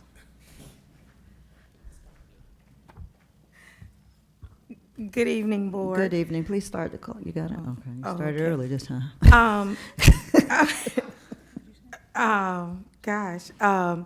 I'm here because I'm concerned with the vote of 4-1. The reason that it's bothering me is that we have an interim CRA director, Mr. Scott Evans, who has allowed a group to come forward. They're not prepared. They're not prepared. When I think about a not prepared developer, as I think about my home, I bought a home 14 years ago. If my developer did not have what he needed to do, why did he build the house? That just makes common sense. And for him to be an interim director and all of these things, when we look at the spending, he's not fiscally responsible, but he's still occupying that position. I think that this board really should take a look at the fact that here we have in Monroe Heights a debacle of an interim director. Terrence Bailey, look at those roads, they're still not fixed. Here you're going into partnership and negotiation with people who don't have their stuff together. And it's not about the board, it's about the residents. We cannot push that enough. It makes no sense for us to continue on this path. It's a path of destruction. We spend money, and Chairperson, you said, they go in, spend the money, and then they say, uh-oh, it's done, it's wrong, and then we have to come back and spend more money. If this person can't produce what they're producing, why are we negotiating with them? I can't go to work and say I'm a teacher when I'm not doing my job. If I did not pass the certain test that I needed to become a teacher, I don't work. They give me 3 years. You've given them almost 2. So I don't understand why is this so hard? Why is it that the interim director, is just not saying, no, you didn't meet the requirements. You cannot have this project. I don't understand. I don't understand why we come before the board and it's not there. Thank you. Thank you. Who's next? Dolores Williams. She came up and asked her to switch her so she could be last. That's not fair. I'm gonna come up here. You heard her say she couldn't do that. You know that. You start the clock, please. Thank you. You can laugh all you want to, Miss Botel. But Miss Bonnie, I like when you come up and say different things. But you say you was offended about the black golf thing. Well, it's just like you could say we was offended about saying about the European Santa Claus and this Ms. Santa Williams, Claus. direct your comments up this way, please. I'm not offended by either, but I know it was gonna come up. Okay, you're saying about this company that got up here, don't have this money, can't do nothing. My comment is again, Stony Brook's Millennium and whoever had it did not have their money. Y'all let it carry on for how many years? They done changed the name and nothing has been done for Stony Brooks. But you putting somebody that didn't have the money. And they're abusing the people out there, whether you accept it or not. Could I bring my phone up in, since the lady thought it was so bad and wrong? This was taken today. Can I bring it up and y'all show it up there on the screen? Huh? I'm asking a question.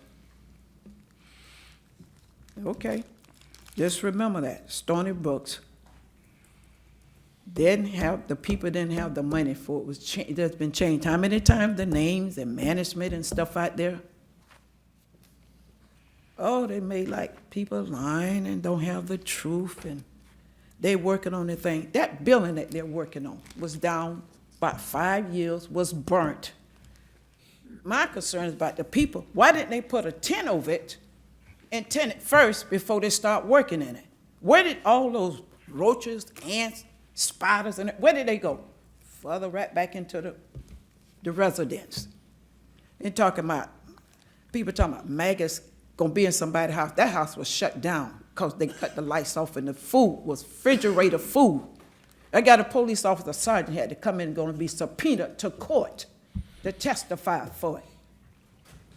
No matter how some of y'all council go out there and go and do that. Just look at my photos here tonight. Why don't you let me play them from my phone and see? This was done today in the house where they had opened up the door. Where the person been gone 4 months and the house was left clean. because they had to go in there and repair it. So how the maggots got in when the people left all the food in with the children and the lights was cut off?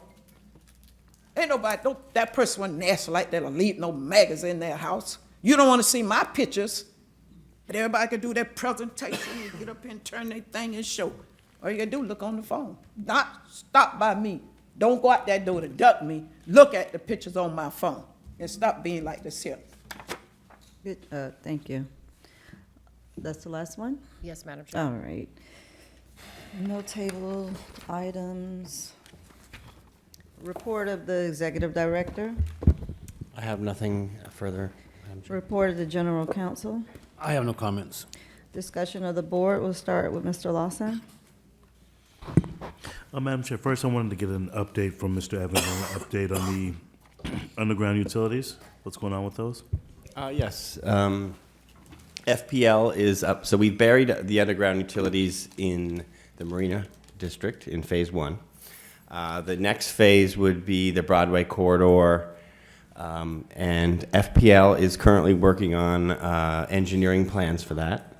And we, if the abandonment of 13th Street goes forward, then the property swap that was approved by the CRA board will then, it's already approved, that will go ahead. And then we will have all of the remaining easements that we were requiring to start in place, because we've acquired all of the easements that we need except for the ones on Viking properties. So we're actually very close to being able to have all those easements, and once we can show FPL that we have those easements, then they can schedule the project in their construction pipeline. Do we have a time frame? No, yes, it's the project takes about 2 years to complete from the beginning, and we would like to be able to start it about 6 months from now. And in that 2 years, the first part of it is AT&T, followed by the very last thing is FPL, who comes in at they're the last ones after everything else is removed off the poles. So we're about 3 years out from having it complete at this point, as long as we get all the easements. So the companies won't be doing them simultaneously. They'll be doing them individually, first AT&T, then FP&L? Yes, FP&L won't take action until all of the other items are completed. But they are updating their engineering drawings now, and so we will be able to proceed. The final element is, of course, to take down the poles. But FPL can begin their underground installation as long as it doesn't conflict with the AT&T. In this case, AT&T and FPL are utilizing the same easements and I think the same location. So in this case, they would like AT&T to go forward first. But I can update you at a future board meeting, especially since we're awaiting the updated plans from FPL. We should be getting them in January. So I think in February we'll be ready to have an agenda item that shows you the updated schedule, the time frames, and the expected costs. I really want us to try to expedite that process, because it looks like we're going to have about 2 years of construction up and down Broadway based on sinking those lines, and it's going to be a continuation if we have to wait on AT&T to finish before we can start with FP&L. So that's going to be a lot of development and construction just for sinking lines over the next 2 to 3 years. So if you can give us an update by the next meeting as to where we stand with the land swap, so we can get processed with negotiating with AT&T to start. Okay. Just a few quick announcements, Madam Chair. Go ahead. This Sunday, we're going to have a networking brunch. Sunday, I'm bringing out all of the members from the City Council. Hopefully, all of the colleagues can attend. It's going to start at 11 a.m., so as soon as you guys leave church, we'll be going all the way till about 4 p.m. We're going to be right at the rooftop on the marina, and it's going to be a networking brunch to talk to the HR director, our city manager, our CRA director, and I believe procurement will be there as well, a few individuals from the city, to discuss how you can actually engage and do work with the city of Riviera Beach, how you can be employed with the city, and how you can actually apply for some of the contracts. So residents, if you guys are available, please just try to come out on Sunday. It's going to be a free brunch for everyone. Food will be provided, refreshments will be provided. It'll be a good time to just network and understand how the city works. The activities, presentations from the council and from our board members will start at about 2 p.m. So we'll have some introductions, and I'm hoping that the mayor can attend as well, just to give greetings from the Board city. members What doing board something? members? I'm sorry? You said the board members are doing presentations or something? No, I'm sorry. I'm sorry. Our staff, our city manager, our procurement, our HR. Okay. Board members, I'd love for you guys just to attend, okay? Thank So you you. can come I give mean- greetings. Ms. Lawson? Sir. So clarify exactly the CRA, HR, procurement, and the city manager discussing city business, and you're inviting us? No, it's the process of how they can become employed with the city, of just what's the steps, what would be the steps to actually follow a procurement process. So it's not on anything we're going to be voting on. It's just going to be how you are engaged with the city, how you can become employed with the city, simply as what's the city website and what they can actually apply for. I'm a Sabbath day observer. I'm not going to be able to make it, but you got my support. I have you there in spirit. Thank you, sir. He In can't addition, come Saturday. He does not need to be there on Sunday. I'm just saying. in addition to that, we have a mental health workshop that I definitely want Councilman McCoy to be at. It's going to be Tuesday at 6:30. It's going to be mental health in the minority community. So, colleagues, if you can attend, we're going to have therapists from all over the community here to attend. And we'd love for all the support from our residents. It's something I definitely want us to address and focus on, because mental health is a priority. And as you see on this dais, we definitely need all the support that we can. So 6:30 right here in the chambers, we'll be hosting mental health in the minority community as well. Thank you so much, Mr. Lawson. Councilwoman Lanier? I just have to announce the joint mistletoe mania, and now we're going to add Kwanzaa to it. December 21st, here at City Hall. It is for the residents of the city. Please come out. We're having gifts for kids, and there will be a Santa. We don't know how Santa's going to look, but we're going to make sure that that Santa is reflective of the population in this city. That's all that I have. Thank you. Mr. McCoy? Madam Chair, Commissioner Lawson took off on me bad. Well, I think it was probably overdue, right? I mean, you've put a lot of things out there. Actually, you know what? He's never done that before, so we're going to. He's never done it, but I guess it's payback since I always do it to his staff person. So, Right, yeah. Next time it's on me. So heads up, Mr. Jackson and Mr. Lawson. And I think it is in good spirits. My assistant just texted me and said hilarious. So, just know we back at you, Commissioner. I want to ask a couple questions. Mr. Evans, who's our custodian of records for the agency? Public records. Go ahead. Tamara Seglin is our. Okay, so I personally have a passion for people's right to know and us being transparent. I like to comment on that. And I want to say something. I do apologize, because after our public comments, we do usually have the city manager and executive director address any questions that were brought before the board, but we kind of got a little thrown off there. So we'll come back to him, or we'll have him swing back when he does after Dr. Botel, or you want to go ahead and answer now? Or any questions that were I was presented? going to ask to address that, and Okay, is go there ahead. something that we should know as members relative to No, I think anything that we outstanding? did take a little bit of extra time to get back on some of those public records requests. The ones that were really late, though, public records requests are for information that exists, and a lot of the requests are asking for us to do research or put together items that do not exist. So in those cases, they're just not available. And we'll make sure that we get official responses that clarify that, so that Bonnie doesn't think that she's waiting on something that's not coming. Okay. Yeah, and we don't put together things. We only respond to what we have that's responsive to the request. I answer questions under public records. Right, we don't answer questions. Like Correct. It's not for interrogatories, it's for producing documents. Correct. All right, well, At least let them know that there's nothing to give them. well, Ms. Tamara? Hold on, everybody. So the process for requesting records on the CRA side is they put in the request. If it was something that we do not have, what is the process for getting back? Usually we verbally just say it's not available, or, but we will make sure that we put something in writing in the future. Okay. Well, Go ahead, Mr. as I understand it, and I'll defer to Tamara, she's actually produced documents pursuant to requests, and as I understand it, she said, that's not what I want. That's not the document. So she's asked me to come in and review the documents to see if, in fact, that's what she's responding to, or that's the document she's looking for. Okay. So it's not like she's been ignored. Okay, so there's some subjectivity there, so I trust that we are being responsive when we get requests. All right,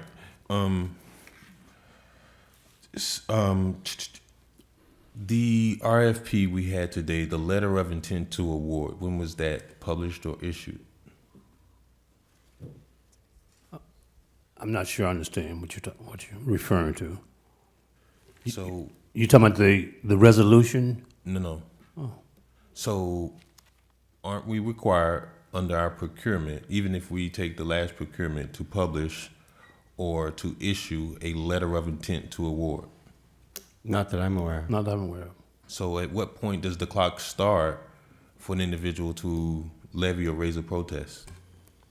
Oh. Because I know under our procurement code at the city, Right. you have, I think, 5 days after the letter of intent to award is published or issued. Right, and that was one of the issues with the, because it never had been done. It was the agency or the CRA, the commissioners, never made a determination whether there was going to be an award. When we brought it forth to the board back in October or November last year, it was tabled, and then they asked, the request was made to see if we could work some, so it never was formally, a formal intent to award was never actually made. So technically, if someone was gonna file a protest, it would be filed after this resolution was passed. And what's that timeline? Well, I mean, I guess it was my understanding that our CRA procurement code, previous to, I think, when we adopted it just a couple months ago, Right. mirrors the city's. I just don't know the time frame. There is a deadline from that time, but I guess my response to you is the resolution that was passed tonight was Is the start the formally. clock? Yes. Okay, well, I would hope that everyone that seems to suggest that there is or was something nefarious or wrong with this process exercise, their authority and right to protest this, because again, I can't say this enough. A proposal is just a proposal, and members, we've exercised this on the city side where we reject all proposals and we choose someone totally different. So if they really believe that for some reason material fact was misstated in someone's submission, or that they didn't complete the RFP, then by all means I welcome you to avail yourself to the protest. But to suggest that we're doing something corrupt, I mean, it really kills me, because we put in a lot of time and effort. And I tell you, we go to meetings as if we're full-time employees. I mean, even last night, the mayor, myself, city manager, some department heads, we were in Woodbine until about 9:30 at night. And it's just unfair that you hear people suggest that we have to do things that aren't above board. It benefits me nothing other than to see my city grow and the community to be redeveloped. And that's purely my passion and my intention, despite what Commissioner Lawson may think of me sometimes. But truly, I think it's disingenuous to treat us as if we're doing things to break the rules. So I wanted to make sure that if there is an opportunity for those people who believe that something wasn't done properly, that they know when they can do it. If they have standing. If they have standing. But you know what? Truly, if they raise something that was deficient, that, even still, if we chose to reject everything and say, we don't want any of these submissions, we choose Acme Corporation. That's well within our authority to do. So I just hope that, you know, if they had some standing or reason to apply under a joint venture and they wasn't afforded that information and they choose to do it, then by all means, go right ahead and do it. And the other thing is this: how much are we bound by this resolution that was voted on and approved today? What's the binding? Does it bind us to anything at It this point? binds you to, I guess, negotiate, but other than that, nothing. Okay, I wanted to make There's sure. no contract. I wanted to make sure that was clear. And to just go back and say again, you know, last night was great. We had a community meeting out in the Woodbine neighborhood, and I want to say it went very well, and I appreciate the city staff for being available. The main concern was water quality issues and crime. So, you know, as we're going into the season, I want to remind everyone to please do what you can to protect. We have porch pirates and individuals that are going through our communities checking to see if your car door is unlocked. So on that note, I want to wish everybody a happy holiday and thank you for the opportunity to serve, members. Thank you. Dr. Potel? Thank you. We had a very successful registration event last evening with Palm Beach State College over at the Public Works Building. We, at this point, have almost 20 people registered for our Business Specialist CCC course. And just today, I was approached by Mr. Evans' Mr. Jonathan Evans, because apparently there are people who work for the city who were not aware that we were having that event last night. So we're going to have one, I know I said last night was the final, but we are going to have one more registration session on Monday. It will be open to city staff, and Mr. Evans will be affording them the opportunity to register during their workday so they can take off a little bit of time. It won't take very much time for them to register. So if you are a member of city staff and you're interested in taking that Palm Beach State College course right there at the Public Works Building, please check it out on Monday at 3 o'clock, I believe. I wanted to, again, reiterate that we will be having a Mistletoe Mania / Kwanzaa event jointly produced by Samuel T. Brown and staff. Sure, Ms. Lanier and I are going to be doing that on the 21st. And if you have not registered your child to receive a gift, the Jupiter Mamas Group, along with PBSC Management, which is a rental management company, is giving these gifts exclusively to Riviera Beach children. If you need a registration form, you can email Sammy Brown. His email address is stbrown@rivierbeach.org, and he can provide you with the form to ask for gifts for your children, which will be given out at that event on the 21st. This weekend is one of our fabulous events on Singer Island. We will be having Saturday and Sunday the events that have been going on over there by Hammerhead Productions, and there'll be great music, great food. Finally, those guys are having a break with the weather. It's going to be a beautiful weekend to come out to the beach and celebrate the holidays, and I hope to wish everyone now happy holidays, happy Kwanzaa, happy Hanukkah, Merry Christmas. Thank you. And I know I've been receiving calls from many people regarding the Citizen Leadership Academy. Normally around this time is when we begin it, but we will hopefully begin it at the beginning of February. We've had a little change in the way in which it's going to be run and who's over it. So we're looking forward to getting that started, hopefully at the beginning of February. We will be back here next week, I believe, but if some are not and don't hear it, Merry Christmas. Happy Hanukkah, Happy Kwanzaa, all of that great stuff. I threw that in there just for you, Ms. Lanier. But I just want to thank everybody for CRA for your presentations and your information that you brought before us tonight. And every time I'm speaking, we have people packing up on me, but I sit here very patiently and let you all say everything you want to say and don't rush you. And I get the last right before dinner and everybody wants to cut out of here. No. So question, your Citizen Leadership Academy, when you're saying you're going to start it in January? Possibly February, the beginning of February, okay. yes. Is that okay with you? I just want to make sure, I was just trying to make sure Doug's schedule is going to be open since he doesn't know the real role of government. Okay.